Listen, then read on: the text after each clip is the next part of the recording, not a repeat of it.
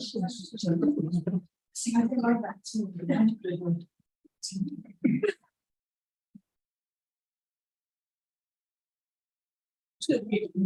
Are we white or red? I forgot now. It's red at the moment. It's white at the It's white moment. I think it's meant to be white. That means it's on. I don't know. It's on. Yeah.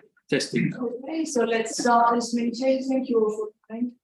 Before we go into the main agenda, we would like to observe a minute of silence for former Mayor Derek Cullen, who died and he was mayor in 1972. Let us all stand strictly with that.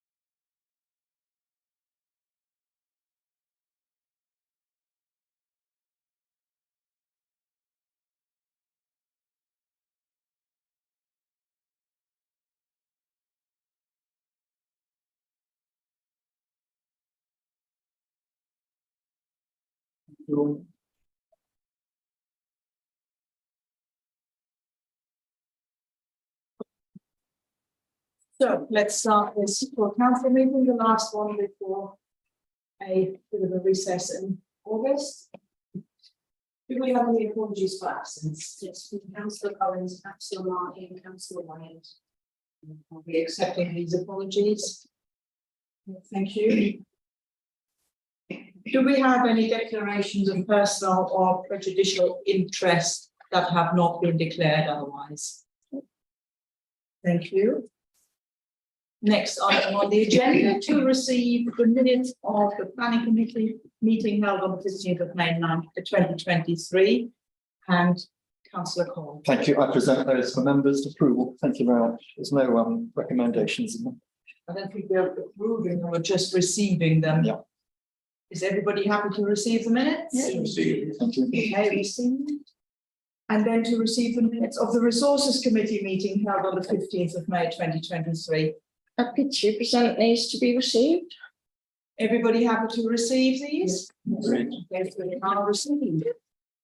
Item 5. We have a major application for the land of Furze Way. And you can read for yourself. I'm not going to read this all out. And we have a report from the planning clerk. And I believe Councillor Cole would like to speak to this.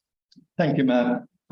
Catherine is here tonight, so if there's any questions for her, but just very briefly, she's given you the background to Furze Way and our concerns that they are still not, the developers are still not acknowledging that we have design codes, that we have a neighbourhood plan, everything about the details is still wrong. Catherine has done a very lengthy report, as you say, and she's pointed out a lot of the shortcomings in it. And as things stand at the moment, I don't believe we can accept this. We need to go back and say, no, you've got to try harder. So I would propose that we continue to oppose this application for all the reasons outlined in Catherine's report. Happy to second that, Mayor.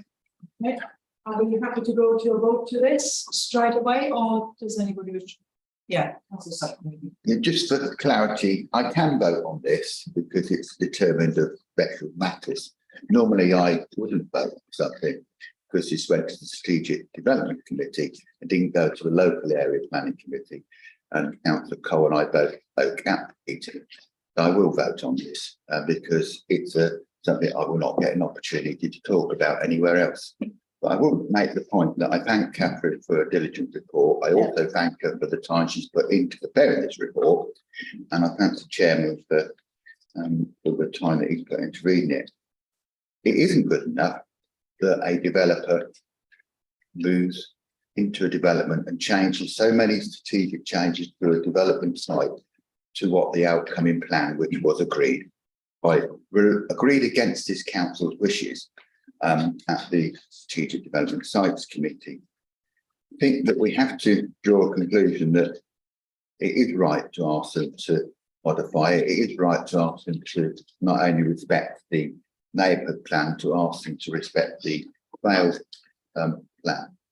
And if it says anything positive in it, it's the first report I've read when they've recognised the dormice. In the original discussion in the thing, the dormice didn't get mentioned. So they were mentioned in this, and they did mention some work around the environment issues around on the estate, which was a step forward from the original planning application.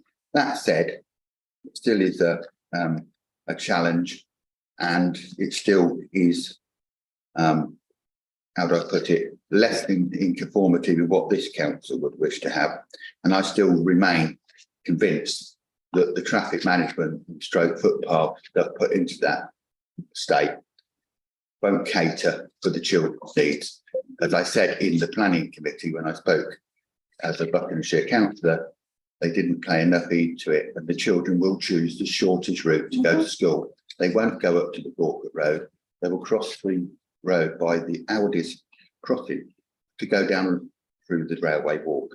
I think that there's much not to be admired in this, but as I said, at least they recognise the dormice, which is the first thing they haven't actually done before. Hurrah for the dormice, not for the town. Councillor Harvey. Yeah, obviously I commend the report. I read through the detail. I thought there's a lot of detail in this. Only thing I would add would be, if it's feasible at this stage, about the recognition of there more than need to be Royal Mail post boxes.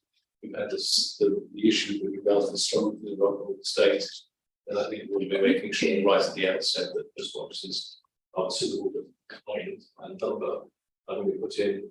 But as we crossed into Council Secretary already mentioned that we adequate and well signposted, and also whether there's any scope to improve the footpath between Buckingham and Furze.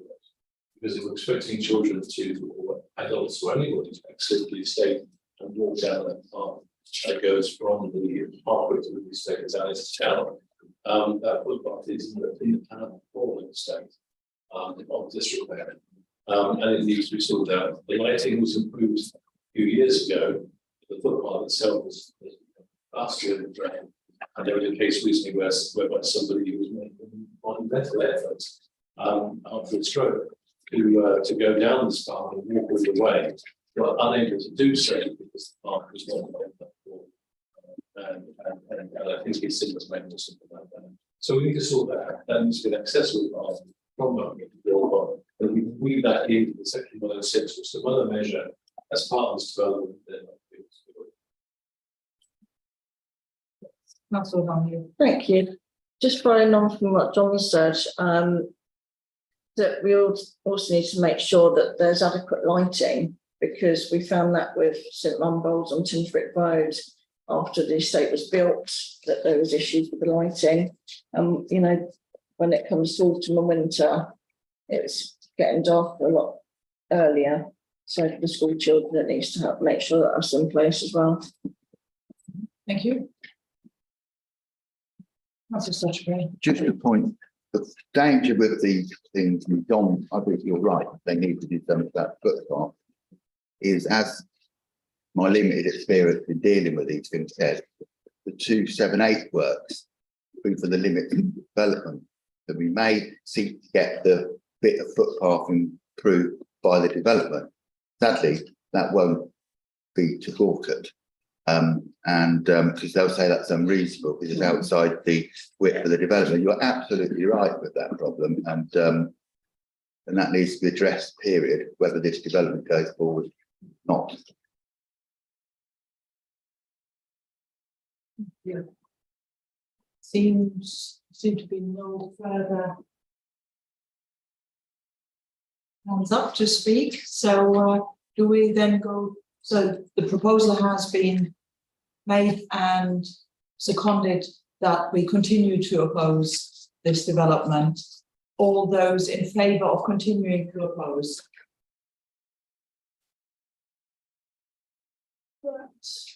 Okay. Any abstentions? One abstention. Right. Thank you very much for that, for the swift dealing with this.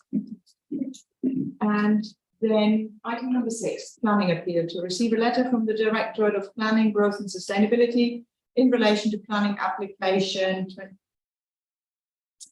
land west of Morton Road and Castle Mill, Buckingham. At least that tells us what it is. So we have a report from the planning clerk.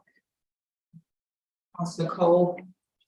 Thank you again, Mayor. Again, thanks to Catherine for her very comprehensive report on all this. She's given you the background, 130 houses off Morton Road, known as Morton Road Phase 3. Although we can't object to the 130 houses, what we have been objecting to is all the detail and the fact the Buckingham neighbourhood plan has been ignored, the fact that Aylesbury is not even following its own availability plan recommendations. You will recall at the end of September, this council decided they wanted it called in on the following grounds. I'll be very, very brief, that the Buckinghamshire Council Strategic Committee members were effectively bullied into approving the application by the committee chairman and officers, who threatened that any delay in granting permission could result in hefty costs against the council. But the Buckingham neighbourhood plan was completely ignored in matters of design and layout, although it is the preeminent design policy for Buckingham. Officers admitted that parking spaces, garages and electrical vehicle charging points did not meet the VALP's minimum standards, despite it being a spacious greenfield site. And finally, there was no consultation with Buckingham Town Council about Section 106 agreements, contrary to Buckingham Council's own town and parish's charter. That same meeting where we agreed we wanted it called in, Councillor Stuchbury suggested we went to our MP first to see if he would be prepared to put it on our behalf. And the Right Honourable Michael Gove was in fact approached by Greg Smith MP, and Greg Smith's wording to the Secretary of State was, the Town Council says there was very strong feelings engendered in those councillors who attended Buckinghamshire Council Strategic Sites Committee and who then spoke at the interim meeting of Buckingham Town Council at the end of September. It was felt the procedure and approach adopted by this Shire Committee and officers was unacceptable, to a point that councillors used the term apparent bullying to describe conduct during the meeting in question.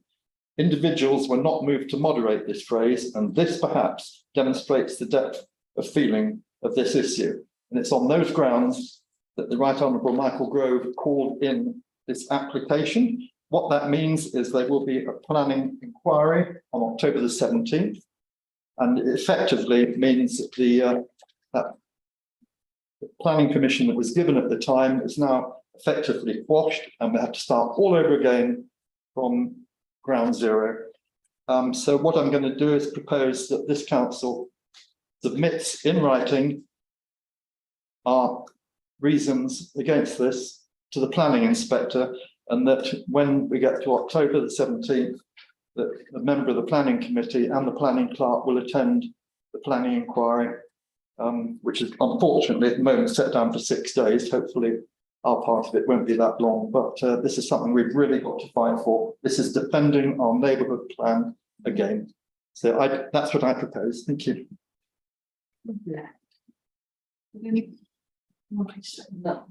Okay, seconded, Councillor Stuchbury. I think through the mayor, I think what it's we need clarity around in expressing this is and I think this site has such a long history in the sense that of appeals, non-appeals, objections, drought plan and whatever. What I'm unclear of, and I think if the Secretary of State deems this application to be not in keeping with goodwill or whatever rules he uses, does that mean that this application then has to be submitted again, or does the application heard afresh? You can never ever hear anything afresh that you've already heard. You've already done it in a sense.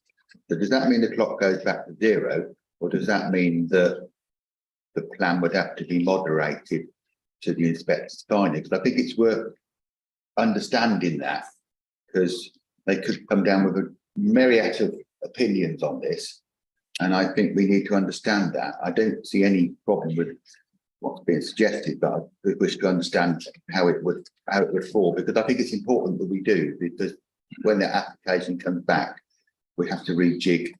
There's many other aspects that we may wish to put in. Just looking at the document that Catherine prepared, it does say that we need to nominate somebody for a management conference on the 31st of July. We would nominate a single person to represent the town council. The name and the email must be forwarded by the 24th of July, which is not very far away. So they need to agree that as well as that's the county university. Yeah. Yes, absolutely. Yeah, thank you. Can I nominate Councillor Cole to be that person in the 31st of July? Okay. Just happy to do it. Yeah, do we have, I think we need to formally second that. I'll second it. Yeah, okay, Councillor Willett seconded that, and and who's in favour, or who wants Councillor Cole to represent the council at this meeting? Madam Mayor, if you've got any idea of the question I asked around the procedure and how it comes out, which is important we understand. Yeah, Catherine, following on from Councillor Stuchbury's question, do we have an answer to this? Will they require to be will they be required to put in an entirely new application, or is this simply heard again? That was the question. If for the moment the application goes into limbo until the inspector has decided, and that will not be until just Okay. If it's thrown out again, because it's been thrown out once, they have to come back with a new different application, attending to whatever points the inspector picks up on as some contrary to bulk and being equally. At some point, it's going to be vexations. But meanwhile, it has to basically go to sleep until the inspector has spoken. Does that answer your question? Thank you. It does answer the question, but then I believe that what it would naturally cause, if it goes to that and the vexatious claim isn't put in and whatever, that would then go straight to strategic development sites where it was heard in the first place, which rather means we'll have another afternoon out cold. I'm sure at strategic sites after your long afternoons out listening to the hearing, at least you'll be well versed with the conversation by the time you get there, even though we'll only have, I think, 3 minutes to make our case under the Constitution, which is the great value of democracy in Buckinghamshire Council. 3 minutes seems to be the limits of their allowance. Seems Mark is allowed to go first, that'll be fine. I'll get my own 3 minutes. So I don't think we voted on your proposals. Could I'm losing track here slightly. Could you repeat your proposal, Councillor? You don't need to step. My original proposal. Original proposal. So I don't think we have voted on it. Yeah, perhaps Paula could just read it. It's been so much since then. Yes. Councillor Bell proposed that we submit in writing of our reasons against this to the planning inspector. Okay, and that was seconded by Councillor O'Donoghue. So a member of the planning committee and the planning board to attend this meeting. yes. Okay. So there is a first meeting, I think, on the 31st, where we've sort of told Councillor Cole that we wish him to attend this. Thank you. And then also, but part of your original motion was that somebody that you and presumably the planning clerk ought to attend the actual hearing. Yeah. Okay, so the proposal that we write and read it out again. I'm getting lost here. Something wrong with my hearing tonight. Councillor Bell proposed that we submit in writing our reasons against this to the planning inspector. So the planning inspector and a member of the planning committee and the planning branch should attend this. Okay, I think this is clear now. All those in favour of this proposal? Any abstentions? One abstention. Okay. Right. So I think that's that agenda point dealt with. The next one is a motion by councillor Stuchbury. Would you like to speak to it? To receive the report from the town clerk, we haven't done that yet, so are we happy to receive the oh, no, oh, Item I'm getting, yes, item 7, sorry, I'm getting slightly ahead of, too much planning going on. A motion from councillor Coles. Thank you. Apologies for making another appearance.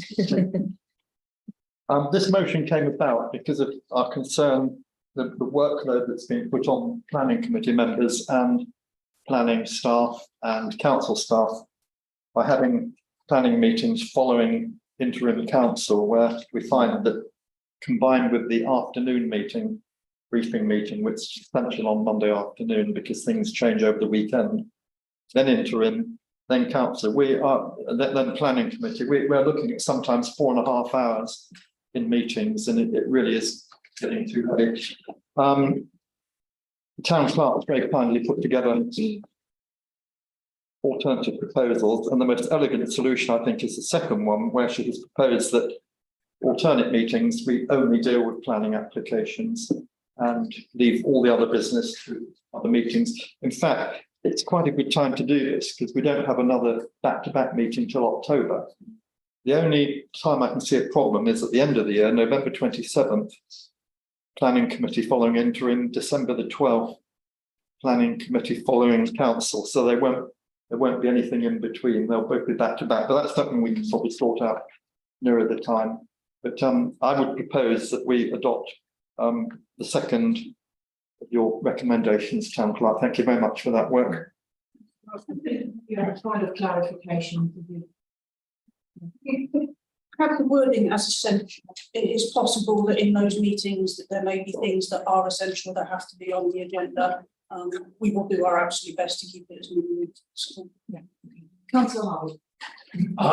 What I interpret from what Councillor Foster has said is that the motion as such, he's withdrawing, but in favour of proposing item 4.2 as the way forward to address the concerns captured within the motion.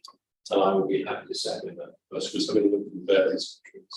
I think that's the best process approach to take. If that still doesn't work, then we have to go back to the drawing board. But that's I would propose again to second the motion that we said 4.2 is the option to assume. Thank you. Councillor Stuchbury. Yeah, I'm content. Town clerk's found a lot short. Only one point of clarity. Is there any way we have to reflect this in we've published our calendar of meetings? Does it change anything on our calendar of meetings? It doesn't. So in which case we don't have to republish them in any way.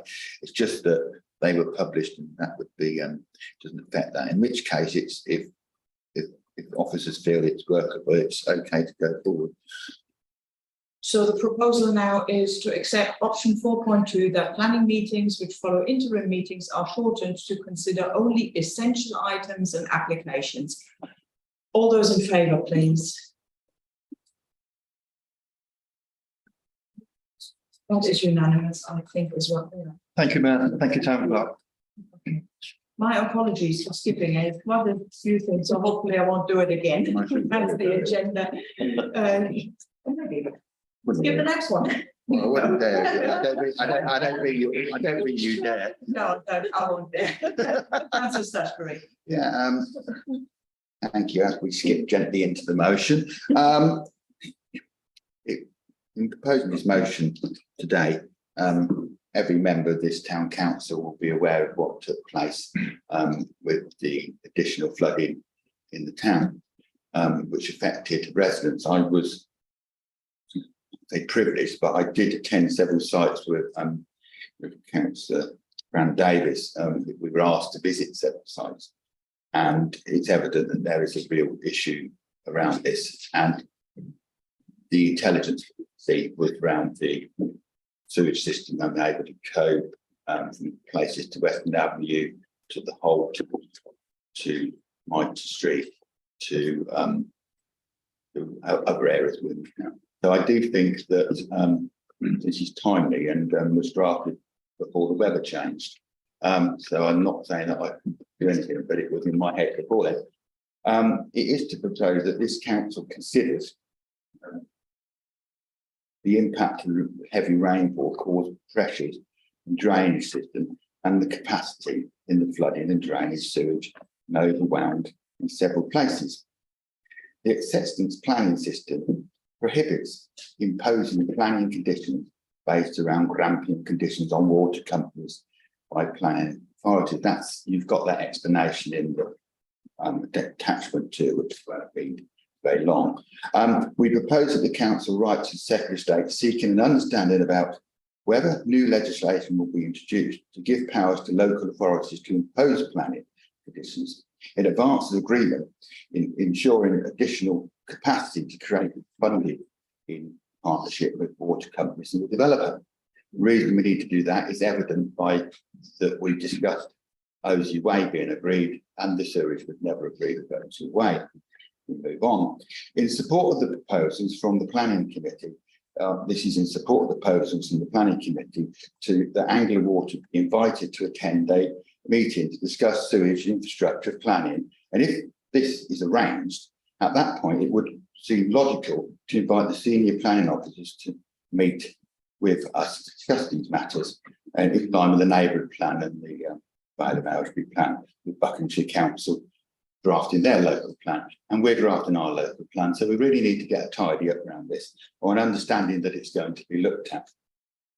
Not to do with the motion, but furthermore to that, I have got a written question which I'll be interested to see what the response is, which I'll provide to the Planning Committee, which is going to Council on Wednesday. I don't think there's anything contentious in this motion. In fact, I think every member of this council shares in their concerns, but it's a way of us at this level, which is the community council, which is probably best understands everybody around here with their breadth of experience in the community, can express it. So I hope that this would go through without any amendment and without any contention, because amending this now will prolong the discussion. Facts are in the motion. Thank you. I'm happy to second the motion, obviously. Rob was highlighting something we've been discussing over a number of meetings in the last few months. My only question is, what are grampian conditions? Could that be answered? I don't understand that. Yeah, Councillor Stuchbury. Grampian conditions are called odious and strong conditions which can be imposed. And I'm looking to Adi, who's now going to correct me that I've used the wrong legal term, aren't you, Adi? But smartly, he said it. Grampian conditions are legal overtones which can be put into planning conditions, which means they have to be adhered to. And this is what, if you read the legislation, I tried to be helpful by attaching the thing, and it was referred to not only by the senior planning officer in his response to my question about the need and the impossibility of proposing grampian commission. Those conditions would mean that at the onset of the planning authority would have the powers to make decisions around all these things in our interests. Because whether we agree with the planning application going forward or that, all these type of things are very important, and that's what grampian conditions are. I hope I've explained it, not very shortly, I confess, because I have an inability to speak shortly. But I hope that actually explains it. Thank you.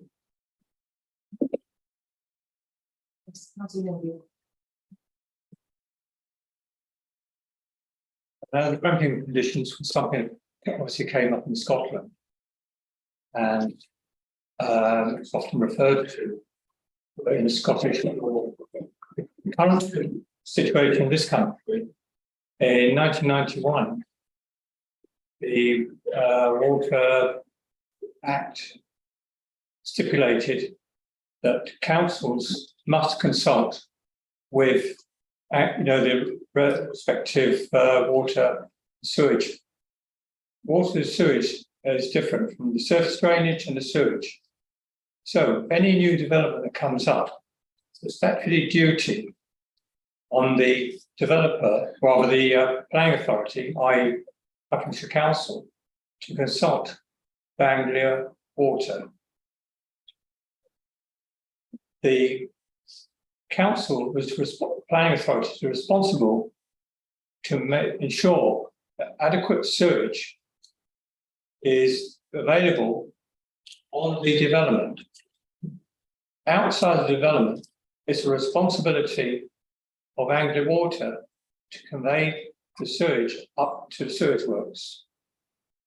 What normally happens is, if Anglia Water decides there's insufficient capacity at the sewage works, they will say, we cannot take the sewage, require the developer to make adequate provision that the sewage is handled. In the case of Osier Way, it's a phased development, and the sewage in each phase will handle the amount of sewage going up. Surface water and sewage is handled differently in modern estates. If we look at some of the new estates, such as Lace Hill, there's huge catchment areas to hold the surface water. The problem is, in the old town, that wasn't the case. So you get the surface water and the sewage water mixing, and it comes down to the pumping station here. And it's very, very deep. It flows down and is pumped from there up to the sewage treatment works. But as I say, there's a requirement that the developer must make sure that adequate safeguards are taken to keep the surface water and the sewage separate.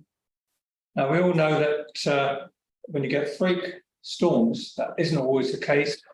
The drains are flooded and everything else. So the power's already there. They are, Robin. You just read the Act of 1991, and there are limitations the council can act. And the council can stop any development in which it is not sure that the sewage provision is adequate. And that is done in conjunction with Anglia Water, who are the authorities to make sure it happens. So really, all that would happen is there would be a paper and talking exercise when the power's already there.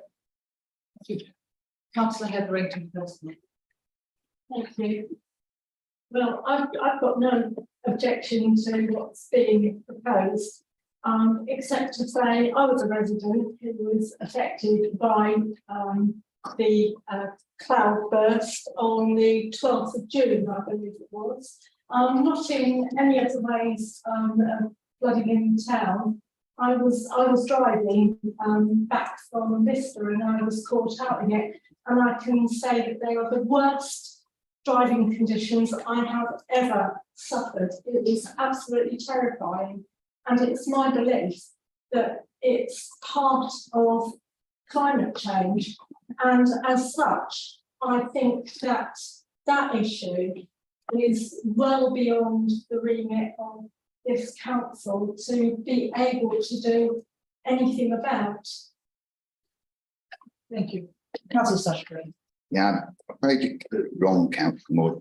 I didn't come to this lightly. I actually went and did my homework. I actually wrote a written question to Cabinet and went and spoke to the Cabinet member. I also had written questions on the agenda, which are all freely available.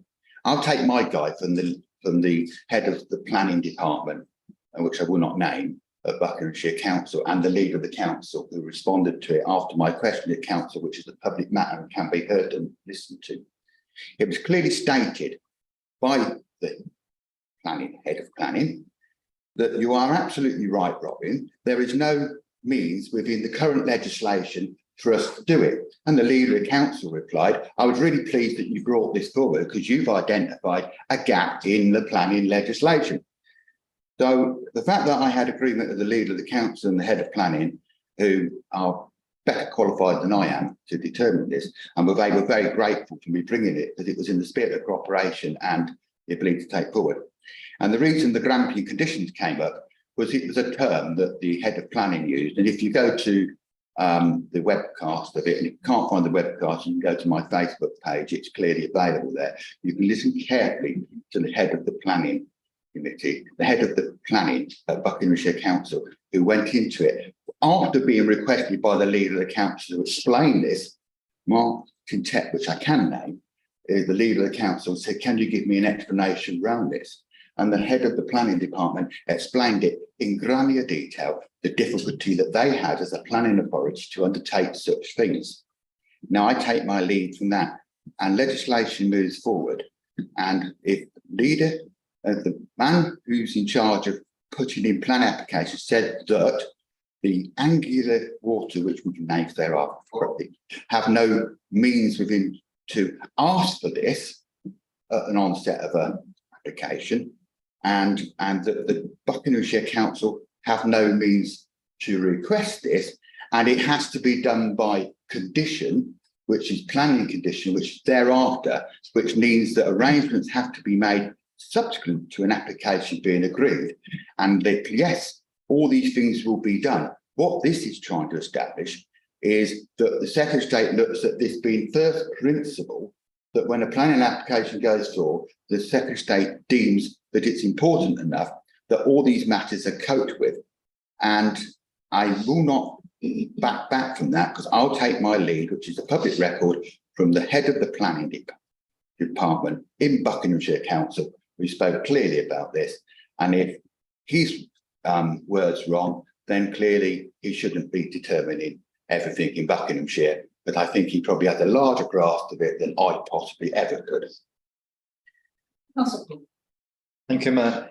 I've heard what Councillor Mordew, Councillor Stuchbury said. I'm just going to quote you from section 94, the Water Industry Act 1991, which says, all water companies have a legal obligation under section 94 to provide developers with the right to connect to a public sewer regardless of capacity issues. Furthermore, section 91(1) of the Act, in effect, makes it impossible for water companies to object or for the council to refuse planning permission to a development on the grounds that no improvement works planned for a particular area. That's what we have to base everything we do on. And I'm sorry if it goes against what Councillor Mordew has told us, but that is what the Act says. Thank you. That is exactly what I did say. You know, we have to apply within the Act, and you can't refuse the developer. It's Anglia Water that's responsible. Once it leaves the area development, it's Anglia Water that's responsible to get it to the sewage works. And what they normally do is ask for payment to improve the sewage works and the drainage system.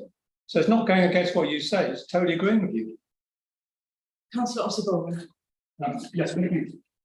Yeah, I think I do understand where Councillor Stuchbury's motion comes from. I see it from two perspectives: that one Secretary of State seeking for new legislation needed, and we have the second leg, which talks about asking for Anglia Water to come through. The ground plan condition, which he spoke about, are conditions or permissions which could restrict development or occupation on properties that have been developed. I do also understand and do agree with Councillor Call what he said, and reading the Act clearly as to what the restrictions are, that Anglia Water cannot use an authority or a developer from connecting to existing infrastructure.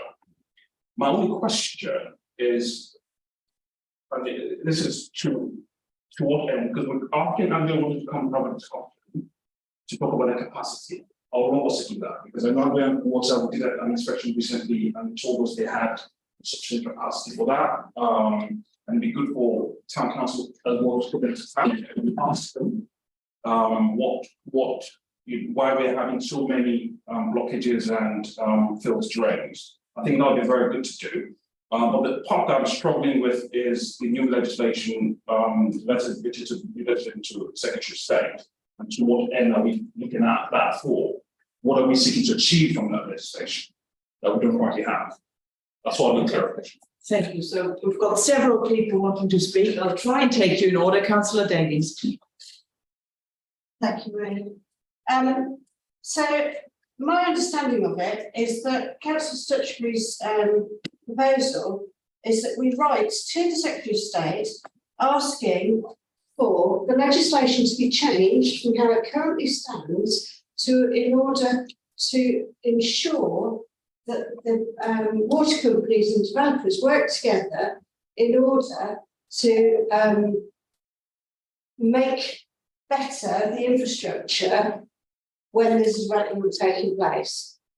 Currently, there is no obligation on either the developers or Open Water or any of the water companies to actually do that. It's recommended that they do, and then it's asked that they do, but there is no legislation that says that they have to do so. And that is my reading of Councillor Stuchbury's motion, is that we ask for the legislation to be changed in order to ensure that the infrastructure is upgraded in order to cope with increased needs, increased capacity when this development takes place. Thank you. Councillor Stuchbury. To explain it, Adi, the last part of the motion is referring, because I couldn't refer to it in the present tense, it had to be in the past tense, because Councillor Cole's committee had already taken that decision, which has been agreed within their terms of reference to ask for a meeting. I couldn't say I want that meeting because they'd already taken that decision. I'm referring to their previous decision and supporting that decision in my motion to actually recognise what the planning committee and the Councillor Cole and Anthony Ralph had actually done beforehand. So it's got very little bearing on the top two paragraphs. But I do hope that we can move to the vote, and I will ask for a recorded vote, and I will ask through the chair that irrespective of the vote, we put a press release out, because quite frankly, residents in this town will not wish to know that we're not on their side, that we can't get on their side unless we get government on our side. And if government is there to facilitate good practice, that's got nothing to do with who the government is. And I propose we move to the vote. We have two more requests to speak. Councillor Gately. Yeah, thank you. I was going to say very similar to what Councillor Davis has already said, but in addition to that, Buckingham is not unique in having this problem, which is why I think it's even more important that we do, as Councillor Stuchbury suggests, and write to the Secretary of State. And with the climate emergency, these issues are going to be happening much more often everywhere, not just here. So I think he's raised a really important issue, not just for us, but for everybody in this country, probably across the world. We need to look at this infrastructure urgently, because this is going to be happening repeatedly and much more frequently, and probably getting worse, not better. Thank you. Councillor Harvey. I'd second Robin's motion that we move to a vote. Just before we do that, this is how legislation gets formed.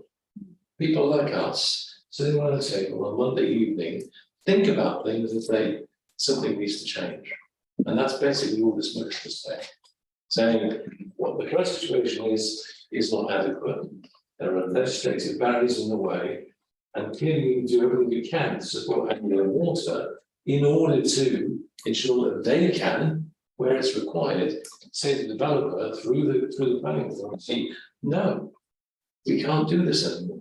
That's all we're saying. We need to have that debate. How on earth anyone can be against having a debate to see what better legislation can happen, I can't understand. And the second bit is simply saying, well, having done this, we need to kind of like have a dialogue and chat with them, and that's according to it's highlighted. That's something we've already agreed anyway. There's surely nothing controversial about this motion at all. It's simply saying we're a progressive thinking council. Let's take things to the next level, because we believe in this, not just for the town, but for every other town that's suffering because of water problems due to climate changes. That's what having this right. Thank you. So we've had a proposal and as a comment to move to the vote. Can we move to the vote on this? Well, we take the vote on moving to the vote. Yeah, okay, let's take who is in favour of moving to the vote? Yeah, everybody, that seems to be unanimous. And the proposer has requested that this be a recorded vote. So all The the, press release, Hmm? and the press release. yeah, the press On the release would outcome come of the vote. afterwards, would it not? No, it'd have to be a separate. Yeah. That would be a separate proposal, so let's move. Second the question, please. Yeah, okay, so let's first vote on the motion itself. All those in favour, please. I believe is everybody except for councillor Moody.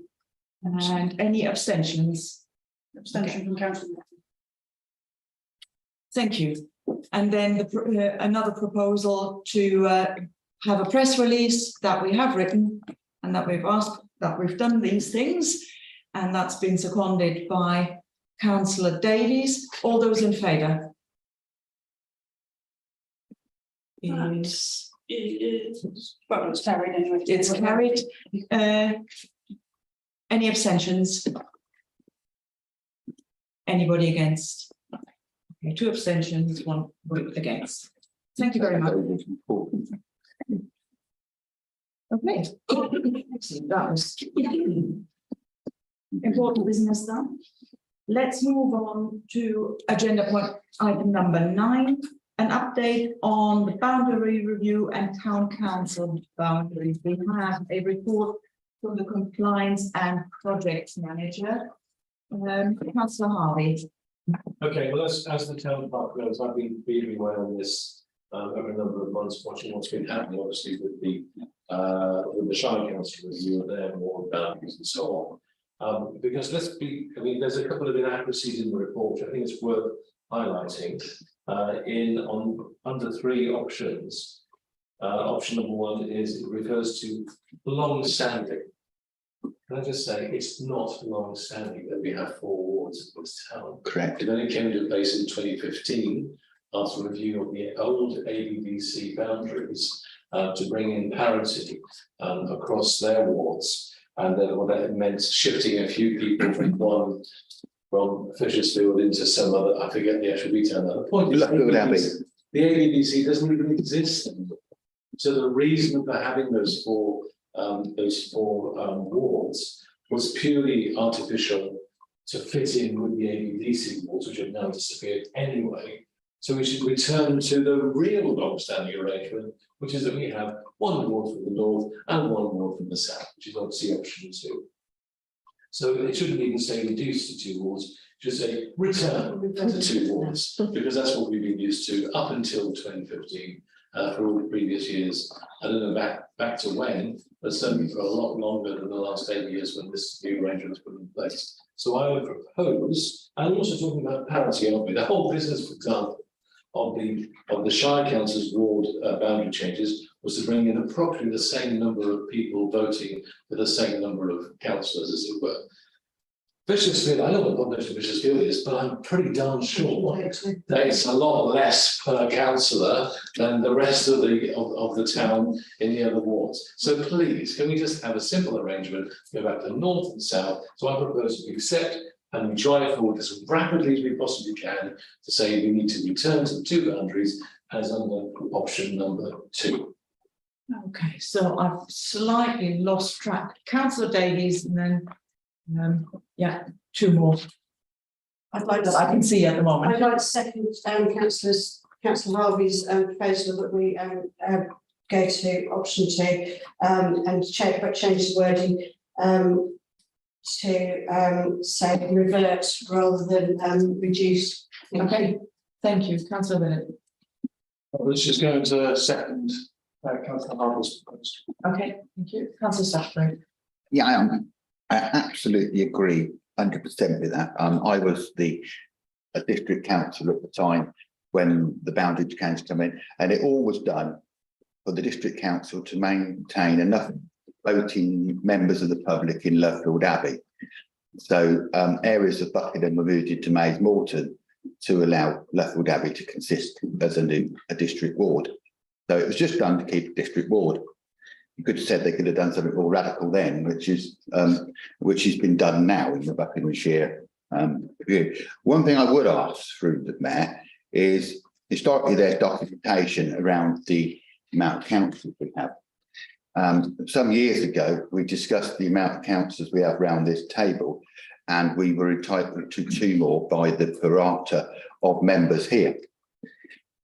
It really is probably, that's even before that boundary change it was discussed. So that's a long time ago. And we got down to simple, we were going to have a new council chamber, we were going to move here, and it got lost.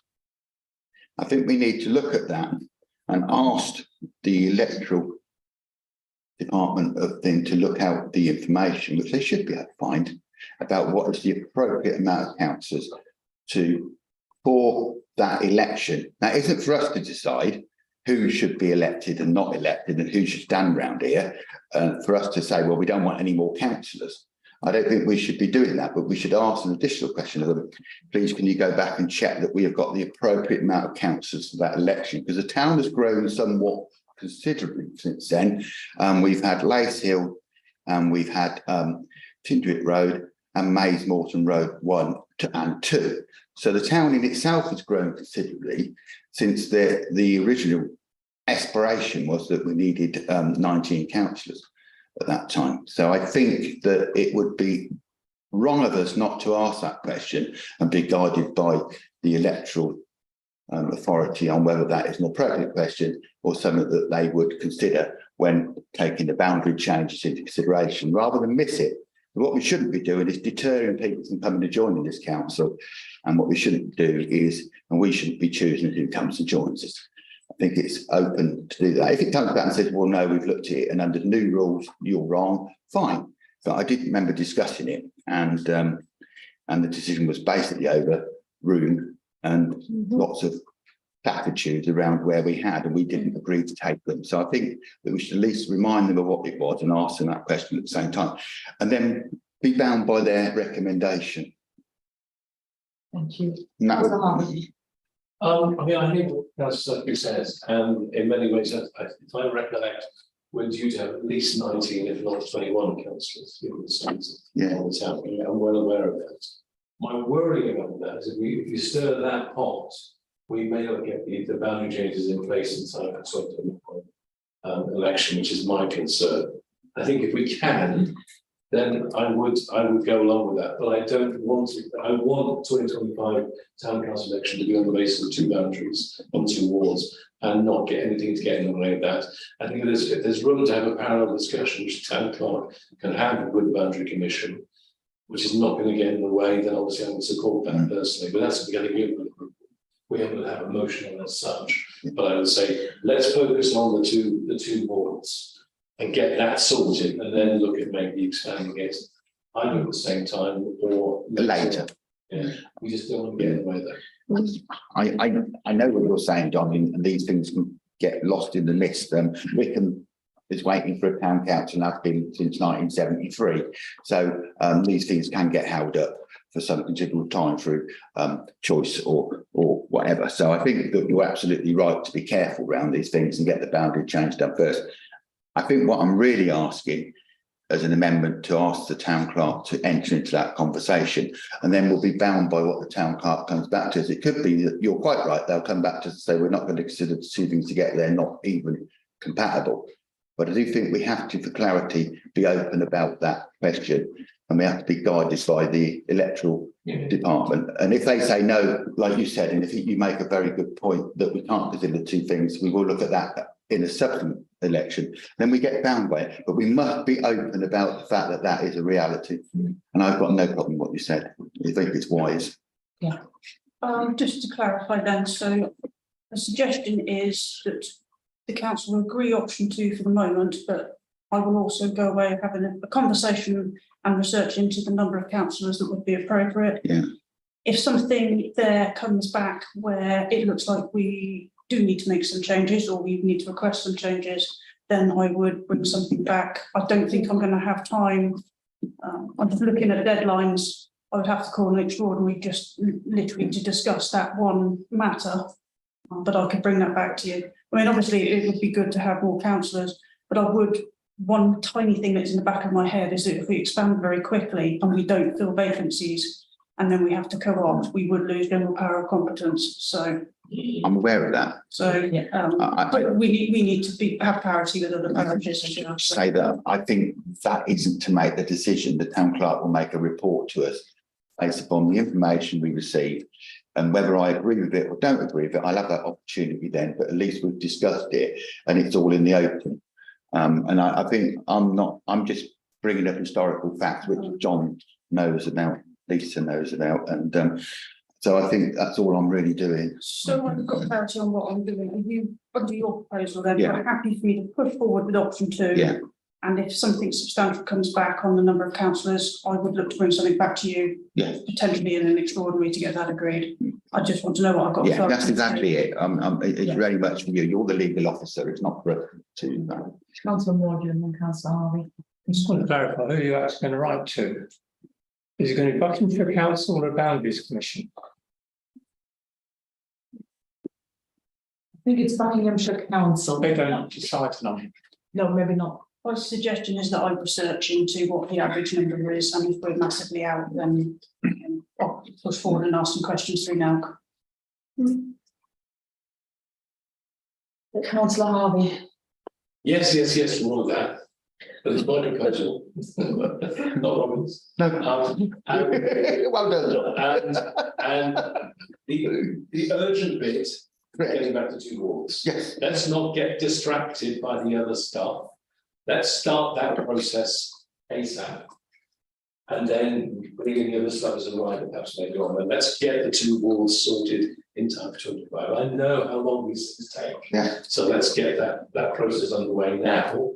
And maybe if there's time, we can add in the other stuff as well. But the 2025 deadline, well, because it's not 2025, it'll have to be 2024, all that kind of stuff, whatever the other way things work out. We really must get that pretty under that in my view.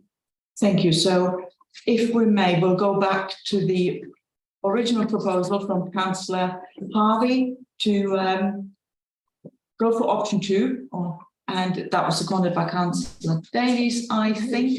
Yeah. And so that will make an application to the Buckinghamshire Council Electoral Services to revert to 2 wards as set out in option number 2. All those in favour, please. Everybody. Any abstentions? Because I'm on the standards board. Okay, yeah, so 2 abstentions. 2 abstentions. Thank you. Okay. Excellent. Do we need to vote on, through you, Madam Mayor, do we need to vote on option 2? We should word it. We should agree that the town clerk can investigate. I I'm think happy to just do that. that's fine. I don't think we need to vote on this one. Okay, as long as you're happy that, yeah. Yeah. I won't forget. Yeah.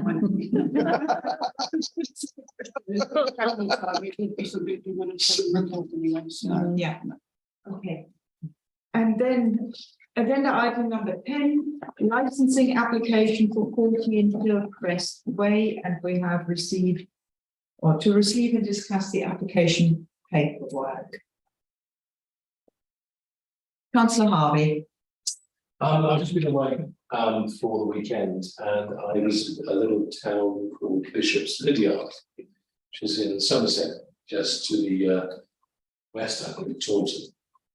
And in this town, down from the campsite where I was home for 3 nights, was an industrial unit which was making beer. And they had tables outside, I presume a license going on with it, such that in the evenings, I think on most weekdays, but not Sundays, sadly, they had people sitting outside drinking their beers, and some of those beers were very nice. And it struck me then, I thought, what if this is a start of a trend? Because obviously I've seen this happen in other towns around the world. But it's something other than pubs. They are places people go to sample the beer direct from the producer. I don't know who this organisation is. I see that they're going to be creating drinks of up to 2.7% ABV. That's presumably 5.2 proof, isn't it? I think if we're talking, that's the absolute value of alcohol. Then you double that to get the actual normal proof, isn't it? Or I may get the views, perhaps I'm wrong. But I'm kind of thinking it's only 2.7%. That's the point. Yeah. I think surely most session beers are at about 3.2%, and obviously a lot of beers that are drunk. That's slightly higher than that. So I think I'm in support of this, generally speaking, but we need to understand this, that this could be the start of something different, that it might turn into similar to what I've just seen from Bishopston and Somerset. But I think I'm generally speaking in support, because I think it fills a niche in the marketplace that would be beneficial, and supporting the local industry, making their own beers and spirits and so on. But I think we have to be mindful of this, and bringing in the idea of a brewery tour and so on. That's another sort of tourism for the town. So I couldn't be against this, but just be aware that this could be the start of a different kind of drinking establishment.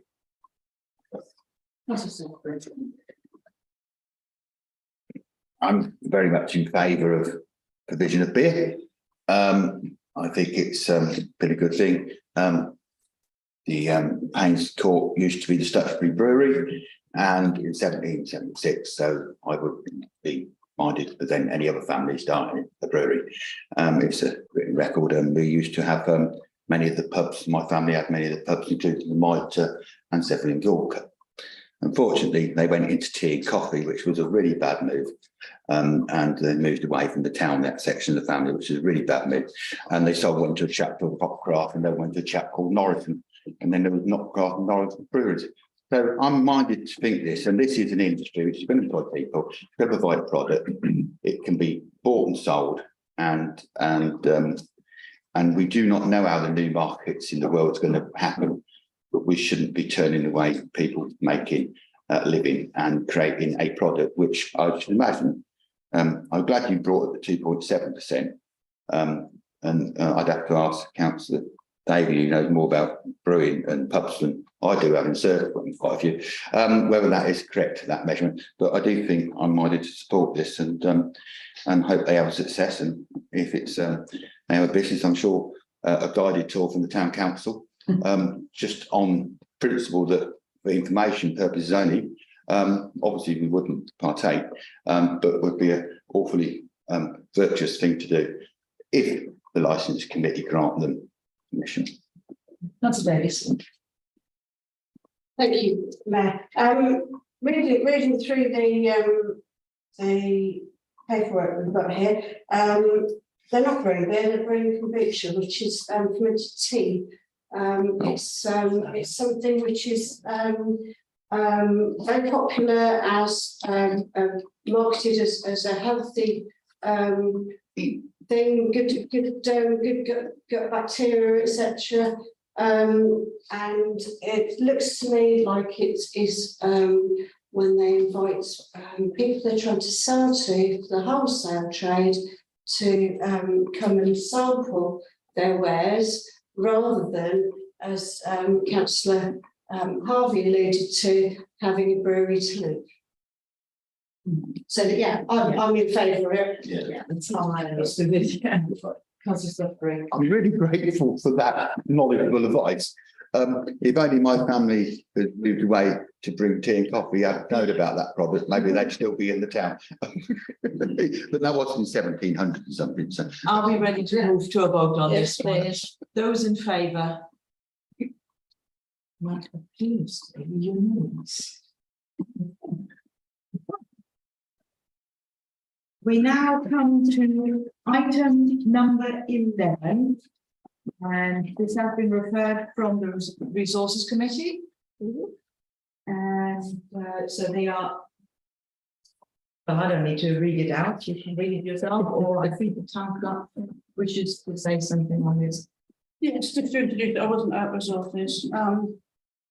The Civility and Respect Pledge is a joint initiative that's been put together by NOW, who are basically the Councillors Association, and the SLCC, which is the Clr Association. And it's something that they've been doing together and come up with, and they're recommending that councils sign up to. It's not something that suggests that we are in any way deficient. It's extremely important that we have a code of conduct. We can't even sign up to this without having our own code of conduct and our own standards and principles and policies in place. But it's just a way of proving to the outside world that we have those standards. It's a way of future-proofing those standards. We might not all be here in 10, 15 years' time, but we've said that this is what we expect. It covers everybody. It's not just about how we deal officer to officer or councillor to councillor. It's also about how we respond to members of the public and how we respond to our partner organisations. And one thing I would say is most of the larger councils are all signing up to this. It's a way of us showing a little bit of leadership in the industry that we expect that this is the standards that councils should have, and we should treat each other with courtesy and respect.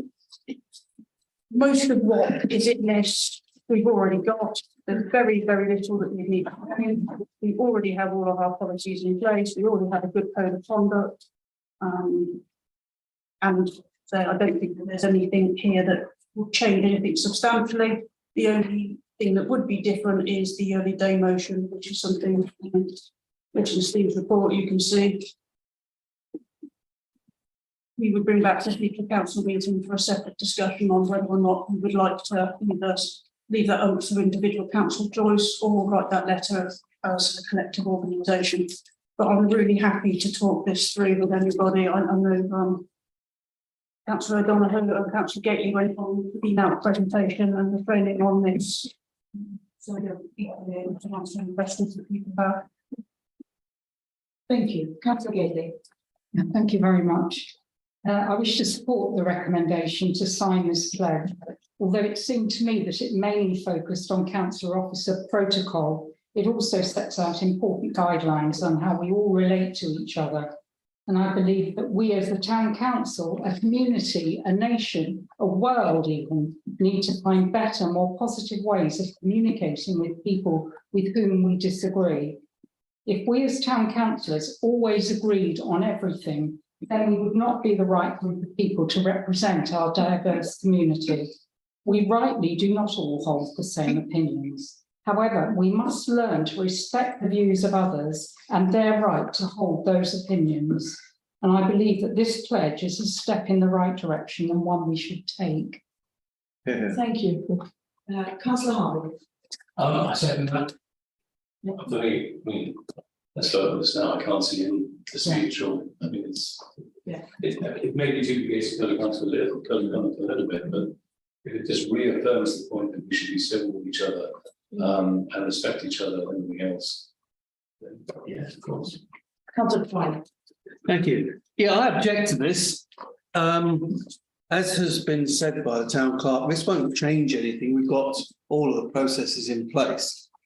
And it's just micromanaging what we should be doing as a nation, being respectful, being good people, part of the way that the UK should operate. And I don't believe that we should be making these statements in an overarching document to bring it all together. I think we should individually have enough respect and everything else, and the documents out there, and be civil to everybody without having to be dictated to by yet another document. Thank you. Councillor Ryan. Thank you, Mayor. Just totter to my phone. I spoke against this when we brought it up at the Resources Committee, and I continue to oppose this, generally speaking along the lines that Councillor Try has mentioned. But nevertheless, as I said then, when I signed up to be a town councillor, I signed the necessary pledges and so on and so forth. And I see this as just another layer. It doesn't do anything that what I originally signed up for. And in fact, to some degree, I take a bit of exception to it that I need to do this. Because fundamentally, I don't disagree with the principle of what's been talked about, but we've already covered it. We already do it.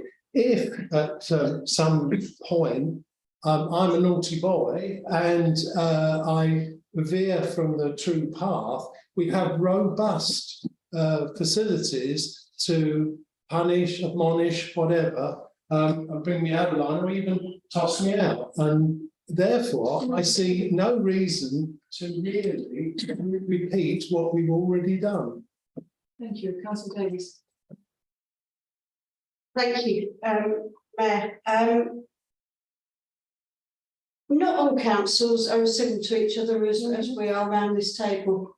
I know that there's a parish council, not a million miles from here, where they've had to have the police in attendance at parish council meetings, because there's actually been fights breaking out between the members of the public and councillors. I see no issue whatsoever with signing up to this code of conduct, but I would disagree, unfortunately, with Councillor Ralph. I don't believe that we do have the facility to properly admonish people that do break the current code of conduct. I think that there is something lacking within those powers. But I would agree with Sonia. Councillor O'Donnell. Thank you. It's kind of following on from what Fran said, really. It's not just about who is sitting around the table now. It's who comes after us that we have to think about. And we all get on and we have a laugh and a joke at meetings, and we're all very civil to one another, regardless of what way we vote. But, you know, there could be a member that comes onto the council that isn't like us, and, you know, I can't see any harm in us signing up for this. Yeah, I think we should go for the vote. Okay. Councillor Stuchbury. Yeah, I understand why Auntie Ralph finds it.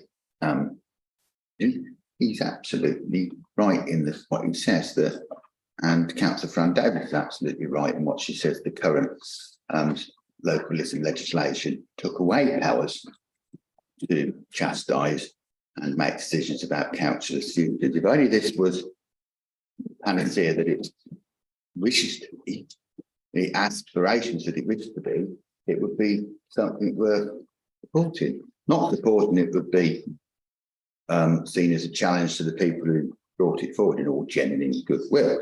But I do share a stated understanding of it, because quite frankly, we're agreeing this. We haven't got against it. And this is something you should always do, is terms of reference and code of conduct. Agreeing something here.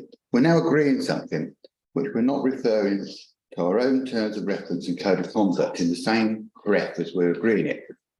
Now I can visualize what my code of conduct is. I can have signed quite a few of them.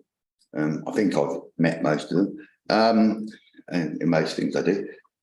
And I just feel that we have to be really careful with this. We can agree this tonight with no harm done to any person or personage. But the single day motion business, I think, if I was to say anything, my only point would be that we're agreeing this without sight of our own terms of reference and code of conduct, because the two things should be agreed against each other, so that we can actually cross-reference that we are actually meeting in this, what the code of conduct says. Because it would be really unfortunate if we found out afterwards, after agreeing this, that when we read our code of conduct, it is added something additional which wasn't in the code of conduct when we agreed this. So perhaps I think we should agree in principle.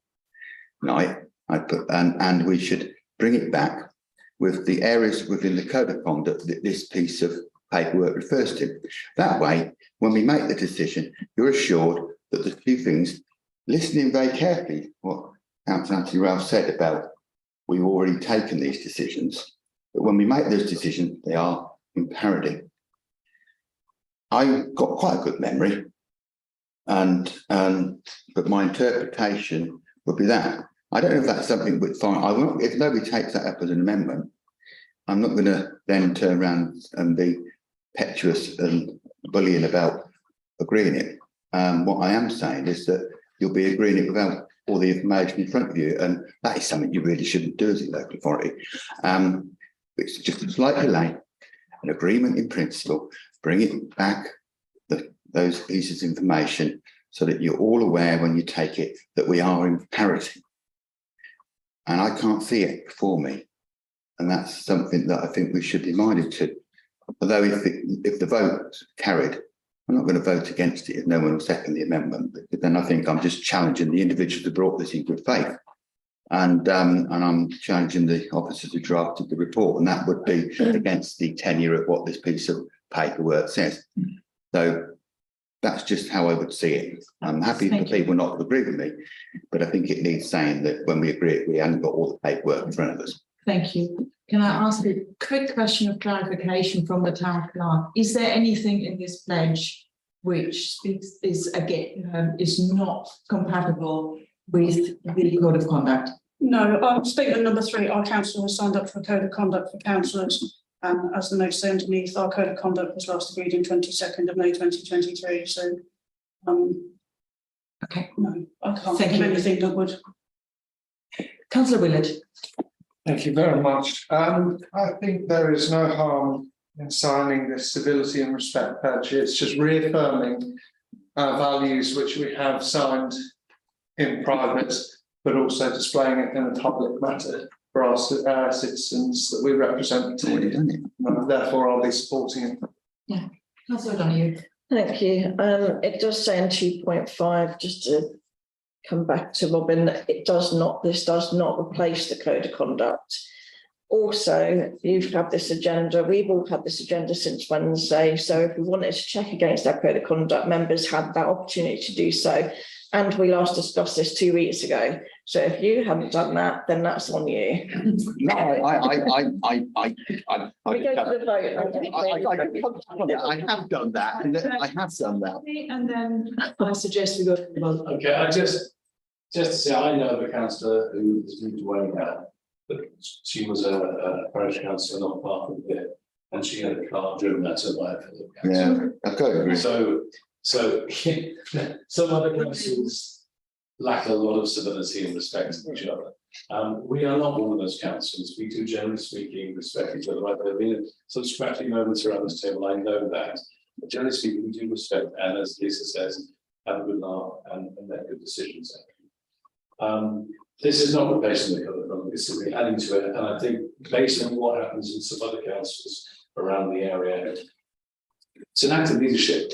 We're saying we stand by this, and we expect all councils to stand by this. And that's something surely we should be doing in this day and age when the world is sometimes lacking in kindness, lacking in civility, lacking in respect.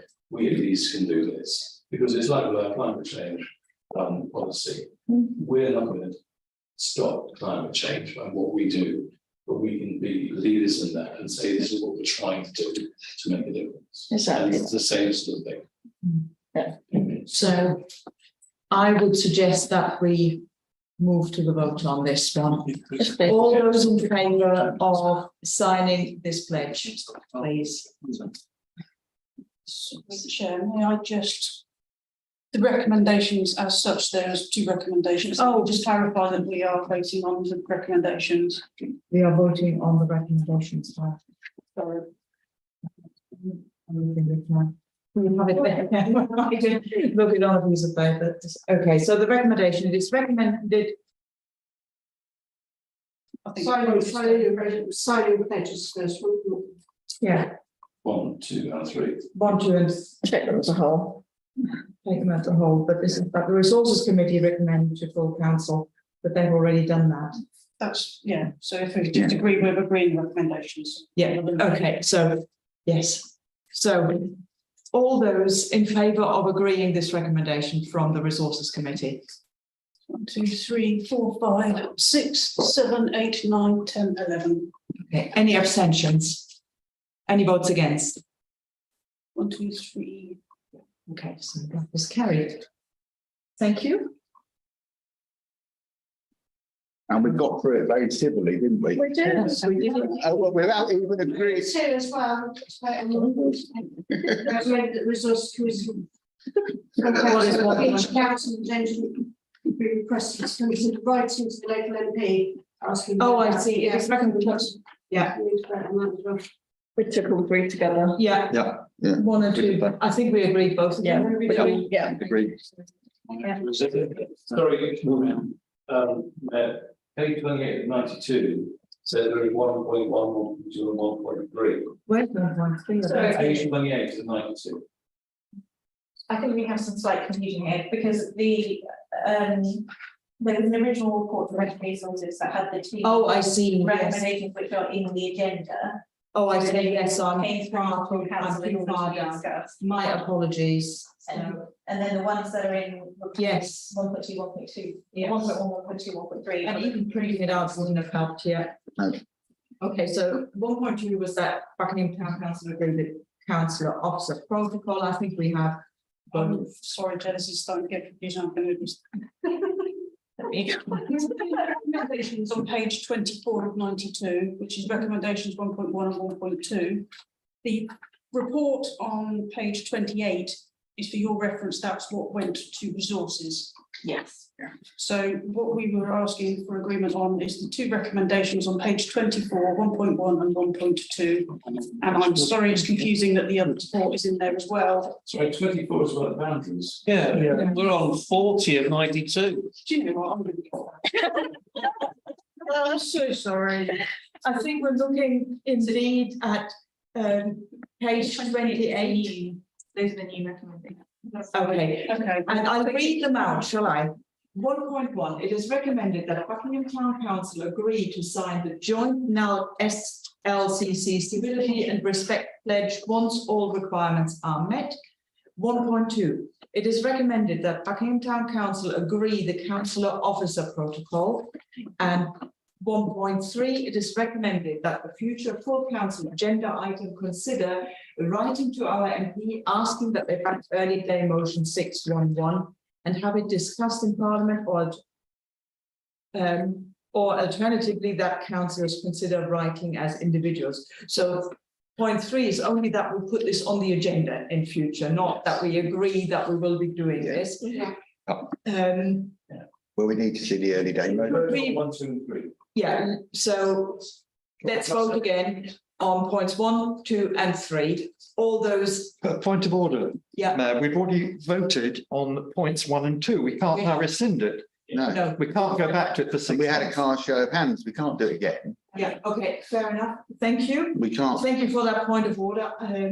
I stand corrected. In this case, we should vote on point 1.3, Yes. which is that See on the agenda. this will be put on the agenda. Those in favour, please. 1, 2, 3, 4, 5, 6, 7, 8, 9, 10. Okay, And we don't know where we'll go, Those- will we then? any against? 3. And any abstentions? 1. Thank you. I'm sorry, that was very confusing. It's not- And thank you for those paying attention to the points of order. So we don't get ourselves into Double vote. into trouble and double voting and Changing our minds. changing our minds halfway through. Yes, Yeah. you're quite right. Right. And now we're getting on to point 12. Point 12. Climate Emergency Action Plan to review the Climate Emergency Action Plan. Great. Agreed. Okay. To review and agree the proposed response to Buckingham, that's point 13 now, sorry. Running ahead of myself here. To review and agree the proposed response to Buckinghamshire Council's Town and Parish Survey. This has been attached to the agenda. Councillor Stuchbury. Suppose we agree. Seconded. Councillor Harvey. I think we've been very generous. Our responses basically, there was couple of items, I think, where it said, I can't find that, where there was a bit where it said very, and I think it will be somewhat. I think it says how relevant and helpful does your council find the parish Enagements? This is item 2. Item And 2. the answer is very, I'd rather change that to somewhat. I'd even go further and say not very, right, because it's usually Shire councillors and Shire officers mainly talking at us. in the past, and I don't think that dialogue is being restricted. And questions that have been pre-submitted are not even answered. So I think to answer very to that is questionable, and I would propose that we downward it at least to somewhat. I'd possibly go even further, but let's leave it at somewhat. That's what I would propose. Okay, you're proposing an amendment there. Yeah. Okay. Although helpful and relevant, it should be somewhat, not. So that's point number 2. Yeah. Question. Okay, Councillor Osborne. Thank you, Chair. I just want to say that I would abstain from this because this doesn't reflect my experience with council. I would assume it's the officer's experience, and I respect that. But it's not my job. It's important. Okay, thank you. Councillor Stuchbury. This is our town council's experience of the Buckinghamshire Council. Let's be clear, whether our experience as Buckinghamshire councillors is somewhat enriched. So we probably have a more enriched experience, and we're judging it on Buckingham Town Council's experience of Buckinghamshire Council. I'm sure that if you, I, and Councillor Mordew get probably quite a quick response, we can't say that that is the same. It's a town council response we're discussing here, not our personal response. Our personal response is somewhat clouded by our privileged positions. I understand, and I listen, somewhat seems to be most appropriate, not very would be rude and inappropriate, and somewhat, I think, I'm happy to take a somewhat change to this, because I think that if, as Councillor Harvey said, that our written submissions aren't being read out and they're not being considered, that is somewhat annoying, isn't it? So somewhat is, well, like my written email to, as a Buckinghamshire councillor, to an officer will be responded to, because if they don't respond to it, I'll write to them again. And if they don't respond to it, I'll write to them the third time. And if they don't respond to it, then it'd be a written question to council. Well, they didn't respond. But you can't do that. Or a question around what the answer I need. So I think somewhat is appropriate, and I would second Councillor Harvey's proposal to change it somewhat. I think he's wise. Okay, Councillor Willett.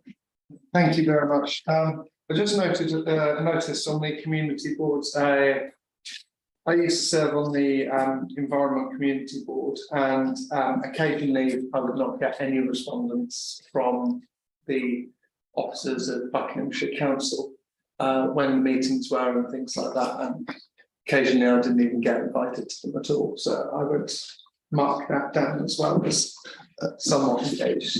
Okay, Councillor Davies and then Councillor. Yeah.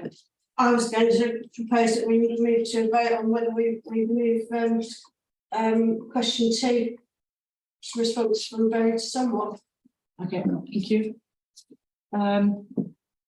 Councillor Cole. Thank you, Mayor. We're going to discuss this tonight, and I've got 4 pages of notes to fill this in tonight, but I see now it seems to have been done already. So how do we proceed from here? Because everything I've done is diametrically opposed to what's been filled here. Oh, we should hear you. May I explain how we filled this in? We sent a survey around to all councillors and asked for any opinions or anything, thoughts or views. We took them into account. We had a staff meeting where we asked all our staff members for their views on, some of these things are quite officer specific and some are more open to councillors. And this is basically a collation of the views and opinions that we had in advance. We have to get this in, I think it's the end of this week, beginning of next week. Which is why we circulated it in advance and why we brought this to you, filled in with our views, the collective views that we've had back. With respect to Town Clerk, Mayor, I did fill in and returned it to your office some weeks ago. And yet things I've said haven't appeared, so I'm a bit surprised. I'm surprised as well, because I wasn't aware you had. Could you tell me how that was? Who did you send it to?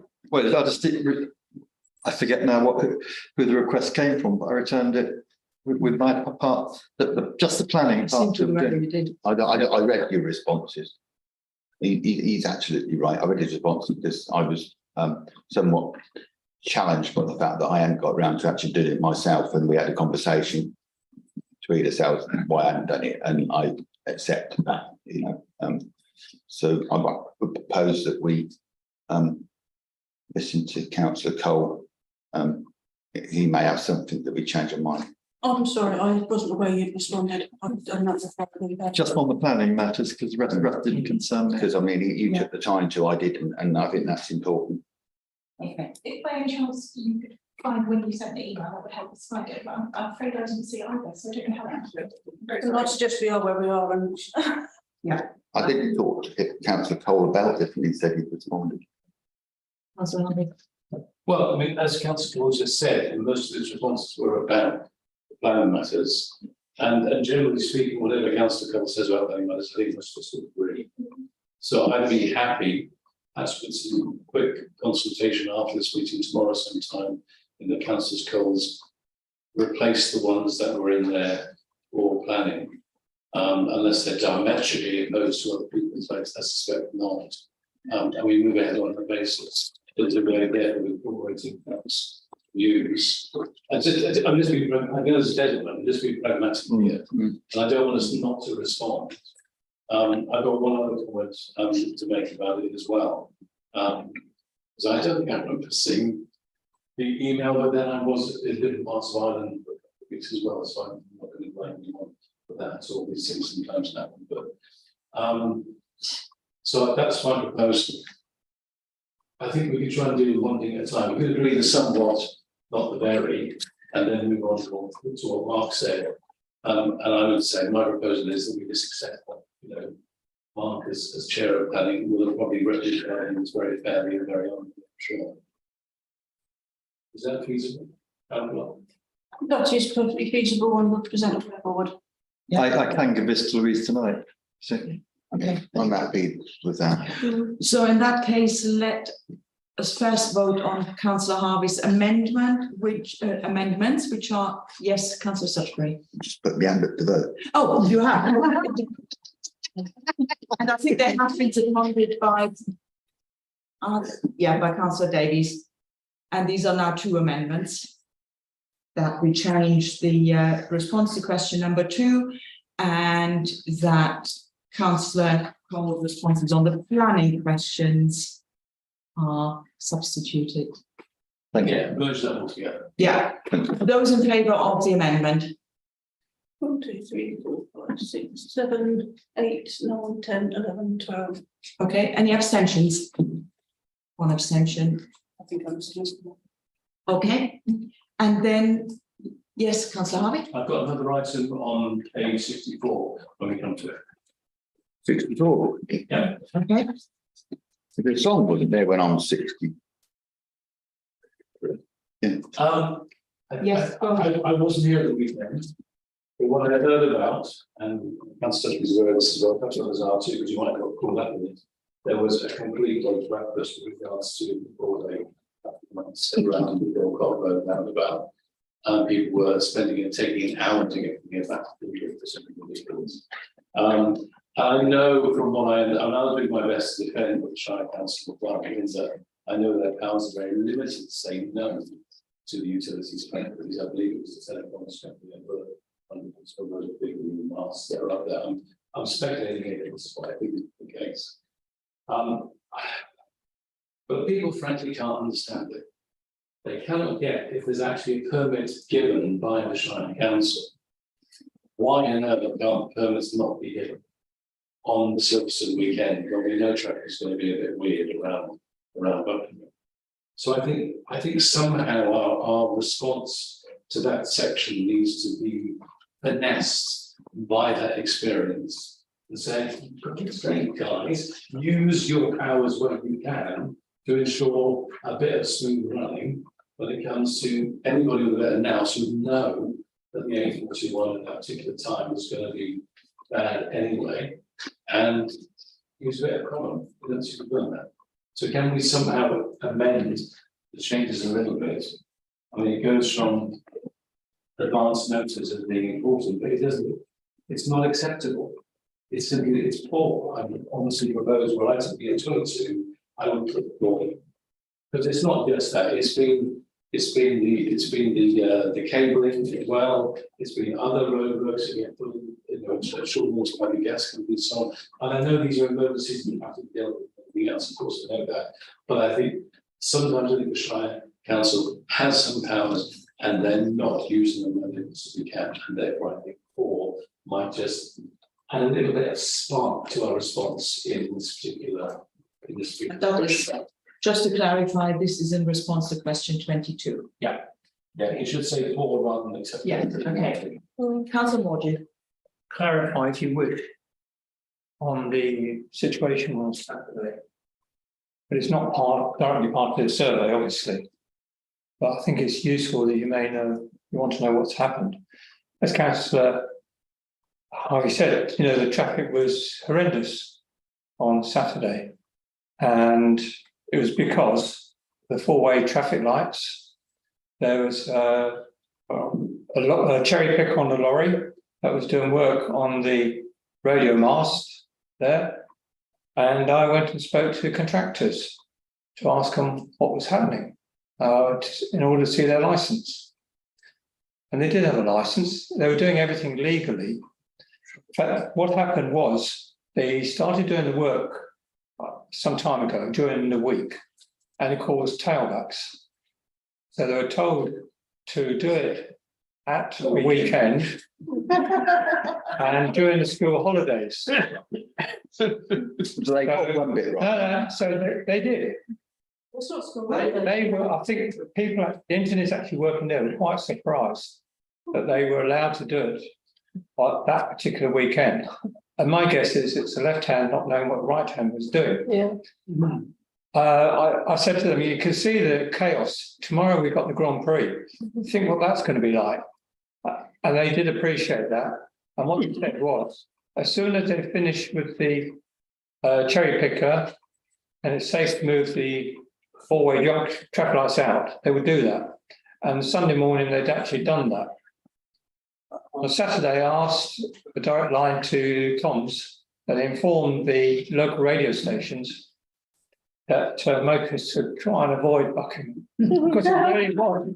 You might say that I'm killing business in the town.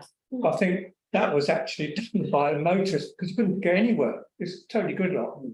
So anyway, I think all credit should go to the people, the engineers actually working on that, because they did their best and to achieve what they did, which is do the work and get it all cleared up by Sunday morning in time for the Grand Prix, because there's just a normal traffic. On the other hand, in fact, there wasn't much traffic, so maybe I actually helped that by the bulletins going on radio. They're all on helicopters this year. So. Oh yeah, nothing I can do about holiday. There's one firm. You have the license to do it. Okay, thank you. Councillor Gately. Yes, thank you. Just a brief suggestion following up from Councillor Harvey's suggestion is that we add that to the box about examples. And, you know, it may be another one of these things where Buckinghamshire Council doesn't think about Buckingham being close to Silverstone because they're so removed from us.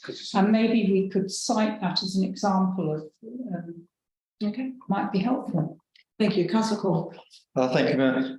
It's actually more of a storm than is being said here tonight. The A43 was closed Friday, Saturday, Sunday between Brackley and Towcester for the Grand Prix. The diversion was the A421 around Buckingham to Milton Keynes. So it was absolute perfect storm, not just cars, but trucks and everything. That's the really big mistake. It was well publicised, obviously didn't quite ever get down to Aylesbury. Okay. I think, the reality is I was contacted to say that the work were done on Saturday, was finished by the next day. Consequently, the next day of the race, there wasn't a problem. Every action everybody took was ever. But there is a question here of communication, isn't there? There was a traffic management thing put out, then wasn't available, the link went. So I think that this is a lesson, and we should be able to know that if anyone recognises Buckingham Silverstones, because I'm sure if we look on social media, there'll be no on social media photograph themselves at Silverstone. So we'll know that many members of the local authority knew the race was taking place. But I don't expect any of those people participated in their greatest imagination that this would actually happen. And thankfully, the day of the race, the work had been completed, so the traffic was moving as free as it would have done.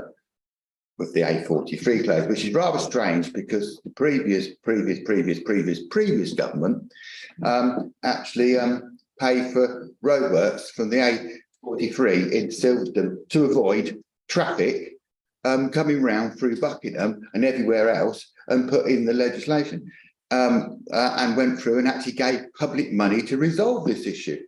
So somebody somewhere isn't looking at what happened in the past, and somebody somewhere isn't talking to each other.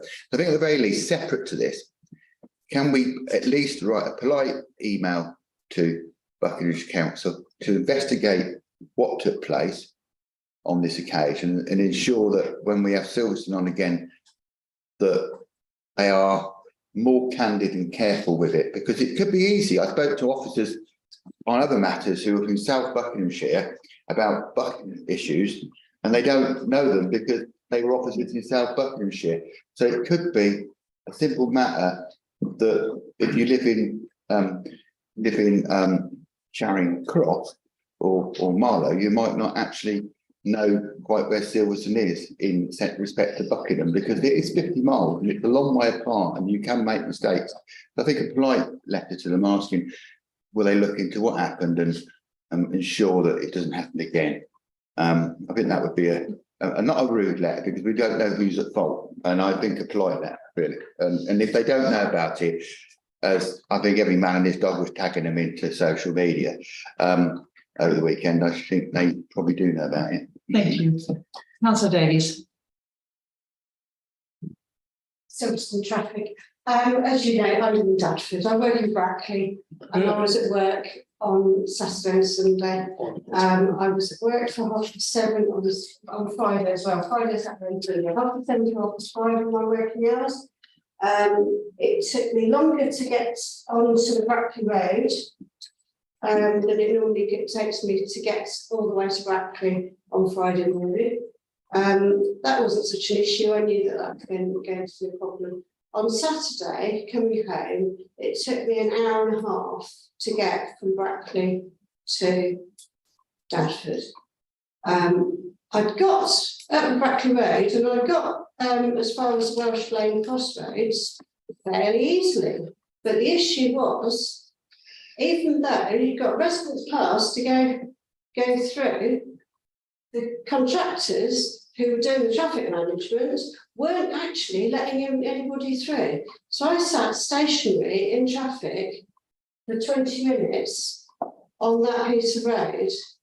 And then my phone told me to turn around and go another way, which I ended up trying to go through the farmer's farmyard, which my sat nav was telling me that was a road through. The farmer said, yeah, we're getting loads of people doing that. It was utter chaos.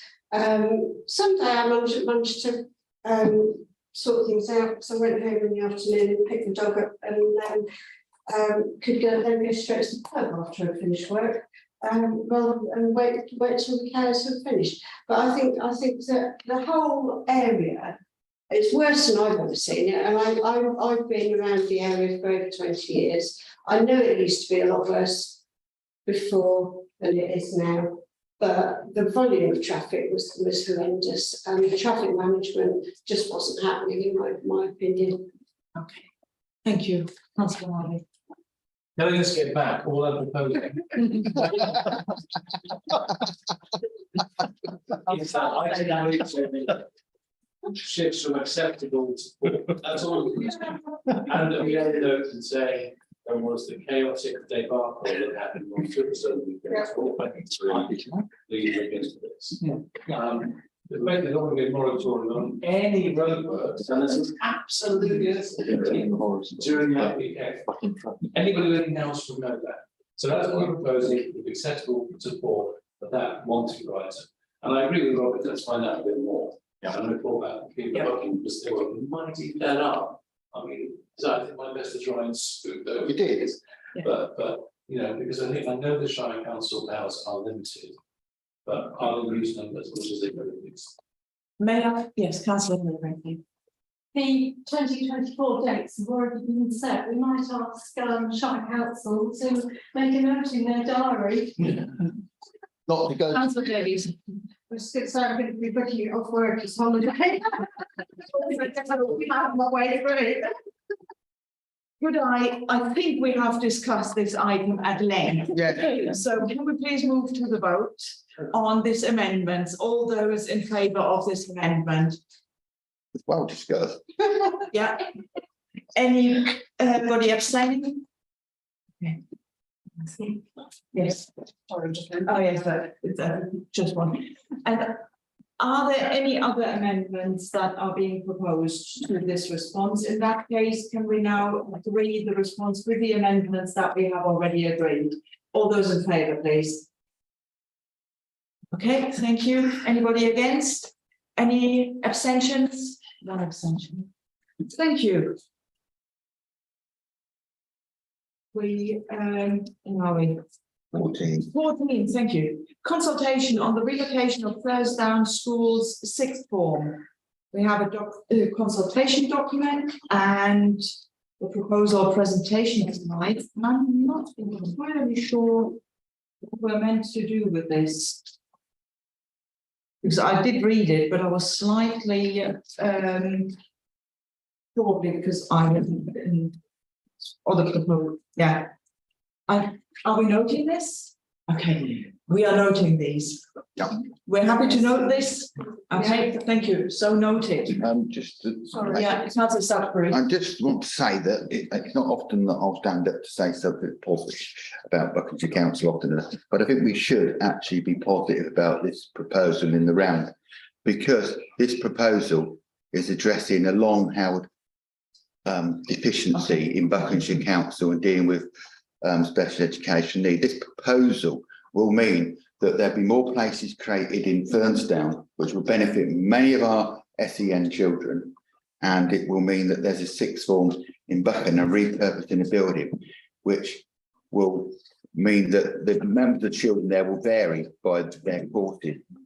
And also, it means that the children in sixth form in special education need will be in Buckingham, be able to walk to school. So this is a really good thing. I think we should, I'd like to propose that we write to Buckinghamshire Council on this occasion and say that we thank them for these proposals and we look forward to being involved as a council, including our mayor at the opening and of this centre if it's agreed, and that it's a positive suggestion, because it is. I deal with lots of cases and special education lead. I've been challenging them for so many years about doing things, and they've actually done something. It would be rather childish if I didn't stand up and say thank you when they've actually done something positive for children and parents who need something. So I think that's how I'd like to say that we write to them and thank them for this.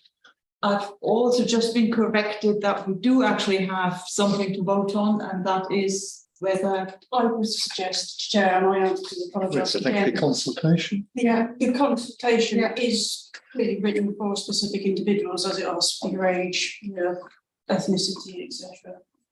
I would suggest that might be better filled out by councillors as individuals and possibly. Yeah, okay, yeah, Councillor Gately. Yeah, thank you. There is actually a box for organisations to respond near the end as well. And I think we should be responding in a positive way. I have the privilege of visiting Furze Down School alongside me in Stuchbury just a few months ago. They invited us because of a project that the sixth formers were actually undertaking. And it was such an impressive visit. I mean, just so positive, and everybody, you know, just a wonderful atmosphere there. So I think we should be responding in a very positive way. And I think it was mentioned that this was like in the offing when it was confidential until the thing went out. Yeah, thank you, Councillor Willett. Thank you very much.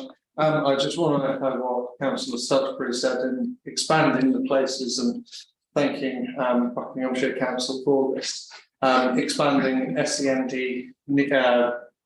places in schools is something that I wholly welcome, and I think everyone would. I had a personal friend that went to Furze Down School. He did really well, and these places we need to recognise their ability and achievements. Wholly welcome. Just hang on, two other, Councillor Harvey.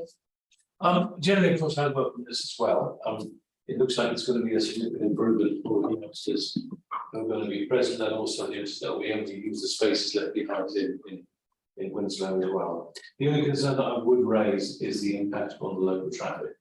And I asked the question at the community board last week as to whether there'd been any modelling done on what that had. The answer I got back is my suspicion to know. And whilst I don't think want anything to kind of dampen the energy and excitement around this move, I do think we owe it to the residents of Wells Street to understand how it's going to alter their lives by having these extra people using the centre. So I would ask that somehow forms part of our response back, that there is a proper analysis. And if the analysis comes back, it's going to actually have a deleterious effect, that they find some way to mitigate that. Thank you, Councillor Hetherington. Just a question out of curiosity, not loaded in any way, but I'm wondering where the day centre building is. I think Well, that's what it's go goo. The old school. Okay. Right, Councillor Stuchbury. What I was proposing, I hope we can vote on that separately. And I listened to what the council said, two separate things really, that we, I'd like to think that we propose and that we write to them. Anyway, I'm thankful that past mayor points around Furze down to Buckingham that she'd been and looked at it. And I think we should write a good letter saying thank you very much for this and that whatever, and that we anticipate being part of this story going forward, and we're very welcome by our mayor to any opening, as it will be a building in Buckingham. I think that we should write to them in a friendly sort of way, thanking them for this, because it's a long-held problem. I think what the other thing is, it should be a separate letter seeking clarity over if John, you're happy with that, a separate letter seeking clarity over the traffic management, because that is, you're not deliberately. I thought you were saying about putting that in the survey, in the consultation survey. Yeah, put that in there. Put that in there. Yeah, but I think we should write them, because it's very easy to be I've been challenging them for a long time about this sort of thing, and I think it's really important to say thank you. Okay, thank you. Councillor Try. Maybe this one. Yeah, I was just trying to click on the complete the survey online, and it doesn't seem to work online. No, it doesn't. I've not been able to do it either. The trouble is that's because it takes you to www. Where actually what you need is https:// and then your bucks. Okay. Your voice bucks. So they've got the link wrong in there for people to hyperlink it from the document. That's useful. That's a useful interjection. So if we do want to do it, respond. Well, you just don't use the www. You have to put https:// and then your bucks. Your voice bucks. Voice bucks, yeah. May I should we send you round a fresh link with the HTTPS and then you? Yeah. That's very good. But they need to know as well. Thank you, Martin. That's important that the people won't be able to take part in the conversation. Councillor Willett. I'm just going to second Councillor Stuchbury's proposal of writing to Buckinghamshire Council. Okay, so we have a number of things. If in the interest of time, if we can move this forward. So I think the proposal a while ago from Councillor Gately was that on behalf of the town council, the town clerk sends a positive response as part of survey response. Of course, we are all invited to do this individually as well. All those in favour of that proposal? Yeah, okay, I think that is unanimous, thank you. Councillor Stuchbury has proposed that we should write a separate letter thanking Buckinghamshire Council for moving this thorny issue forward. This has been seconded by Councillor Willett. can we move to the vote on that one? Yeah, all those in favour? Yes, I think that is also unanimous. Thank you. We now are to receive and question reports from Buckinghamshire Council and Buckinghamshire Council Councillors. One council too many in there, sure. That's why we had a unitary. Yeah. Bucks councillors, anyway. First one. You went first one. Firstly, trying to be brief because we've had a long night. Tomorrow we're going to Cabinet asking a question round Section 106 to do with purposing from both Lace Hill and Strategic Road, because there's no clarity where the bus is and where the Section 106 is. Secondly, on the next day, I'll be taking a motion to Council for information around the local development Buckinghamshire plan, seeking some involvement in actually being involved in doing it. We don't need to discuss that, it's not where it is. And lastly, on those council things, if you tomorrow there should be a written response to publish my written questions. One of my written questions refers similarly but not identically the motion that we put tonight, that we may get part of our answer from the officers in writing around those issues around the legalities and pushing it forward. It might be useful to the town clerk.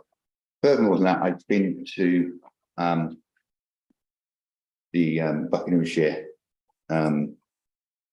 and Oxfordshire and West Berkshire Opium Scrutiny Committee. I found it quite enlightening. I was encouraged by the fact that Oxfordshire and West Berkshire pretty much agree with some of the things I said, but I think it's really great.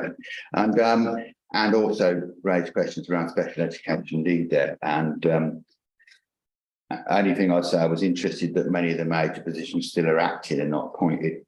I've also been to, before that, health and scrutiny, and I also attended children's service and education to ask a question around special education need, not the same question I was asking in one other one, but around vision for special education need, different sectors. It's all public record. One of the things I am minded to the fact that that we need to keep asking the right questions in the right point of view, because the point of the council is to governance and scrutiny is the first rule that you do. I also been to many other meetings, but I think they're the key ones. I will be bringing back and work with officers on a later stage on some of the sections around health. Some of them about strategic planning for health, whether it's, I'll take it under advisement with the town clerk, whether we need to discuss it in the Environment Committee or whether it's something we have to send around to know, because I think you need to understand what they're doing, and because it will affect us, and we are here representing the community. And I also think it might be worth at some point looking at the education strategy for Buckinghamshire, because if you read the education strategy for Buckinghamshire, it's quite interesting in the sense that their strategy, they're starting to, with this provision of this centre that we've just done, they're starting to roll out some of the stuff that they cite in the strategy. So it's always easy as a councillor in opposition to say, well, they're doing the wrong thing. But when they start doing the right thing, you should actually start saying that they're doing the right thing. And then you can't actually challenge them when they're doing the wrong thing, because you just be petulant. But I think that's probably enough. We've got two other councillors who made anything, and I was trying to be as brief as possible, though I could have talked quite a lot longer. Thank you. Well, since the last town council meeting, I've attended 2 graduation ceremonies at the university, including welcoming the High Commissioner for Nigeria. I've done just over, I think, about 32 Zoom meetings or Teams meetings online, plus another 25 face-to-face meetings. Pushed the temporary banking hub forward, for which I had to submit 5. I submitted 5 possible venues, of which only one was really suitable, and that is now up and running. And as you've probably seen, the permanent banking hub Buckingham is to be established, hopefully, in the former Lloyds Bank. I'm not going to take up much more of your time. Thank you.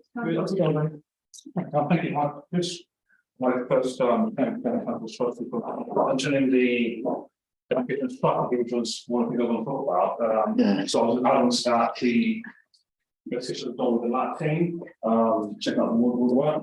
So please, if there are any roads that have potholes around you, please try and my street, that's something to find it. And all of the checks and sewers with and the water. We have identified some that need repairs, the decision can be done on them, and if we get to the gas one soon. Thank you. Are there any questions? Yes, Councillor Willis. Thank you very much. Just a couple of questions. Are there any sort of preliminary plans to this linking on to the the consultation on the relocation of the Furze school sixth form? Is there any early stages of transport plans for that? And also, I've had a couple of issues with Fix My Streets. I don't know if councillors can raise them. Some of the issues that I've logged regarding potholes, people have been out to confirm that they've been out and they said no further action needed when there quite clearly was some needed, particularly around West Avenue. I just wondered if there was any response. Councillor Stuchbury. On the transport issue, the policy of the council transport policy won't change because of the new school. The policy will mean if a child, and there's a slightly different policy for children with disabilities as there is more fortunate children. That will be the same policy. So it'll work the same for the people elsewhere coming to Buckingham and as it is for people from Buckingham going to Windsor. Over the policy won't change. On the Fix My Street thing, it might be worth, if you've been having issues, Buckinghamshire Council do another Fix My Street, which you can get. Try that one and see, and do them both together and see whether they give you different responses. Because there are two Fix My Streets, Buckinghamshire Fix My Streets, and that sometimes do it on that one. I think that one's probably going to be quicker, and I'm advised it's quicker. I mean, I've been put something on Fix My Streets in March for the roundabout at Tesco's to have the drain cover fixed, and it hasn't actually happened. So I can understand your frustration. I'm now actually thinking of getting two dustbin lids and standing up there and see whether I can actually, when it goes bang, ka-bang, bang, ka-clang, yeah, and see if I can get all the residents out there and make a 4-piece orchestra up there, because that can make some useful ornament of the fact that it hasn't been mended. To me, make some use of it musically, because it's not doing anything for us personally. But I digest it and digressed. But yeah, try that. But I enjoyed saying it. Thank you. Are there any further questions? Yes, Councillor Davies. I've only ever found one Fix My Street. I've not seen two. Yeah. There was a link for Buckinghamshire. Do it online. Well, no, I'm like, if you Google Fix My Street, you get, and then you say where you are, and it takes you to Fix My Street. I've not ever seen a second one. One of the things that seems to be happening with Fix My Street now, since the new contract came in, apart from the fact that people come out and put paint around the potholes and then nothing happens with it for weeks and weeks. As soon as it's been logged and then allegedly assessed, the notification is then comes up that it's closed to updates. Whereas prior to the new contract coming in, if you'd done a report and it hadn't been fixed, you could go back in for a certain length of time and update the situation on it. That seems to have stopped happening now. If you could send the link, because all I ever get is, because I'm like, I've got an account with it, because I'm doing all the time. That would be great. Yeah, thank you. Thank you. Any further questions or comments? No, thank you all. In that case, we move on to item number 16, which is to review and discuss the action report. Councillor Harvey. Yeah, obviously in the list here is the code of conduct. Matter that we talked about some months ago. And this is because one of our number was held to have breached our code of conduct. We were issued with 2 sanctions to be applied, both of which implied that the whole council was responsible. If you recall, the 2 sanctions were that the whole council could go through quality training, and the second sanction was the rule of social media laws and such matters, which we already have. But the implication was in both of those sanctions was that the whole town was a corporate issue, not one by the councillor as such in a sense. So I felt, and I think I'm not alone in this, that the whole council in a sense has been punished, but we haven't really had a chance to give our point of view. We hadn't had a chance to give in a sense because it was our reputation that was being damaged by this. To actually give what I sort of what we could call as a victim impact assessment or victim impact statement rather. That is now common in the criminal justice system. It is something for people who are harmed get a chance to have their say. I've seen the response back from the monitoring officer with the civil and frankly it doesn't make sense because we're not asking to be in control. We're simply asking to be part of the process. And I don't accept the argument in their response, which I'll read out again for people who don't have access to the email. It says the short answer is no, the council could not change its procedure to insert/involve others in potential sanctions as recommended. Sanctions arise directly from consideration of an investigation or a hearing, and only the members of the hearing subcommittee will know the evidence. Now, that's an argument to say that only they should be in charge of agreeing what the final sanctions would be. That's not an argument to say that there should be no involvement whatsoever. It's simply saying that we ought to be heard, not just informally as they're proposing here, but formally. And I think we should respond to that response and say that's not acceptable. We think there needs to be a way in which the voice of the victim can be heard in this process and taken into account, because the process happened in 2 stages. Stage 1 was, had the council reached the code of conduct? Yes or no. Stage 2 is, and what are the appropriate sanctions? Having got through stage 1, there is then no reason at all why the individuals who've been impacted by that council breaching the contract should not then be able to say by how much it affected them and what they think to be a suitable sanction. Then the hearing subcommittee can then do their job as they are required to do, having heard all the evidence, including the evidence from the victims of the process, and then take that into account and then agree some sanctions, which of course we would then, in the future instance, there would be none, but then we would then, put in place.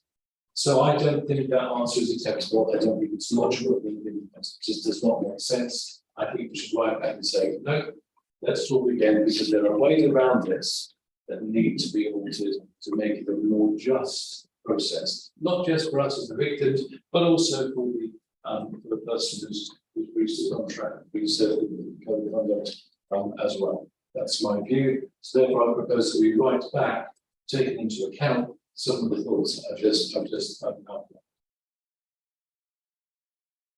There's a proposal. I second that. Okay, seconded. Does anybody else? Yeah, Councillor Stuchbury. I listened to it carefully.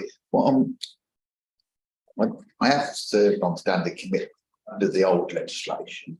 I've avoided serving on them ever since, because I come off a standards committee many years ago deliberately because there was a standards issue coming up locally and I didn't really want to be part of the standards committee. When it was coming up, it started nothing to do with recent times.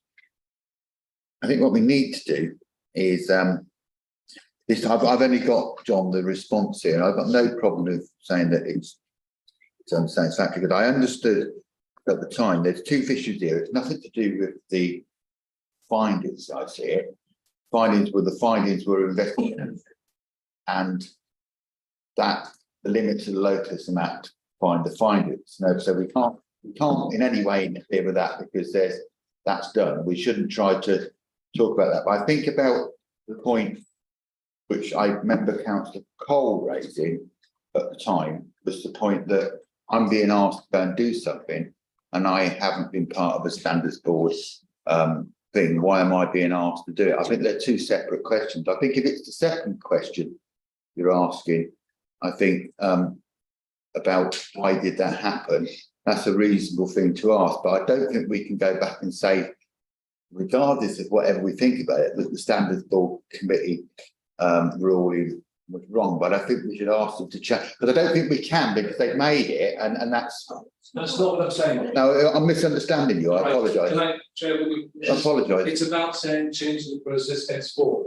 It's not about going back. No, okay, thank It's you. about saying change the process henceforth. I misheard So you. that any other future council, or council's been held to reach the code of conduct, has a formal part of the process to say how it's felt for them as a council, and to offer some ideas of what the sanctions ought to be. Because they will know that council very well, and what sanctions would be appropriate given the instance. And I'm simply asking that to be built into the process, so that the hearing subcommittee can make that decision with that information. I misunderstood you. I apologise.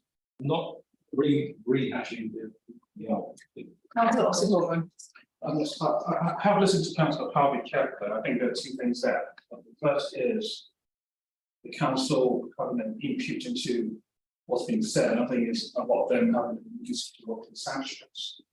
So having a voice in the process is supported, or having an opinion as to the sanction, I think, what challenged might stand to be guided. Because if we go for having the council having a say in the process, not in the sanction, I think that might be easier to fly. Councillor Davies. I concur with Councillor Bogan in that. I think we would be witnesses rather than judge and jury.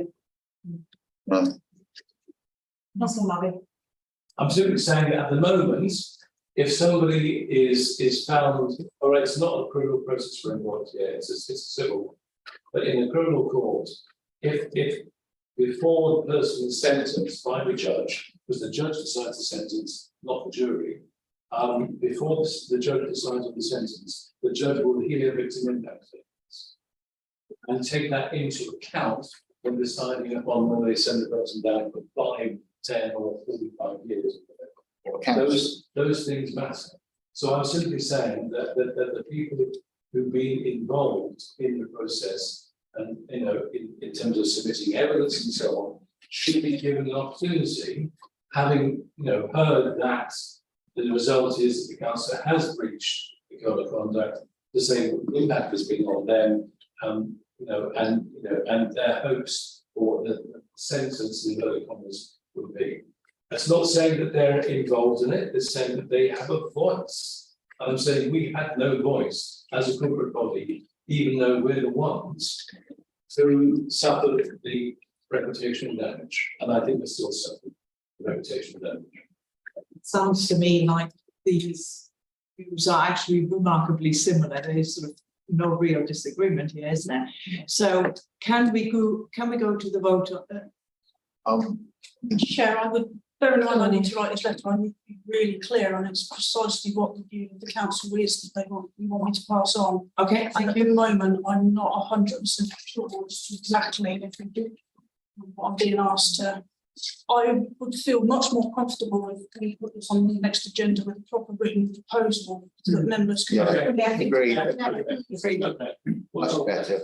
Thank you, sorry, John. Yeah. No, that's fine, that's okay. Yeah. Yeah, so get it on the agenda and perhaps share it on the sort of line. Thank you. And Amy, because he put something forward. Thank you, Mayor. Action list. I don't propose to spend any time on this tonight. It regards the licensing of Loungers Bar up here. It didn't go before licensing committee. I believe there's been an abusive process by officers at Aylesbury, and I'd like to raise this at the next meeting. I can just clarify what I was told. I put forward what was voted for at the last meeting, which was that members were broadly supportive, but they wanted the licence reduced back to a midday cut-off, sorry, midnight cut-off. that is what I told the licensing committee. They came back to me informally and said that was the only disagreement and landlords have agreed to what you have asked. Therefore, at this point, there are no other objections, and therefore that's why I went forward.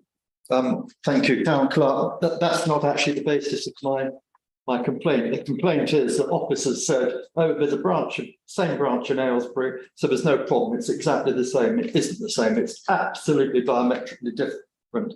Rococo Bar in Aylesbury is in the theatre district, pedestrian area. It's outside the conservation area. The one here is in the middle of the conservation area in a busy traffic street, markets, everything else. And I'm astonished this didn't go. I don't want, there's a lot of debate here. I'd like this raised, please. At the next agenda. At the next meeting. I'll send you all the details. Thank you. Thank you. Thank you. Any other points on the action plan? No, just about the officers. Okay, so then we can note the action report. Reports from representatives on outside bodies, item number 17. Okay, deafening silence, so we can move on to note or receive the list of events attended by the mayor and deputy mayor, received, and chair's announcements. Fringe. Yes, Fringe. Yeah. Fringe week is coming up. Yeah.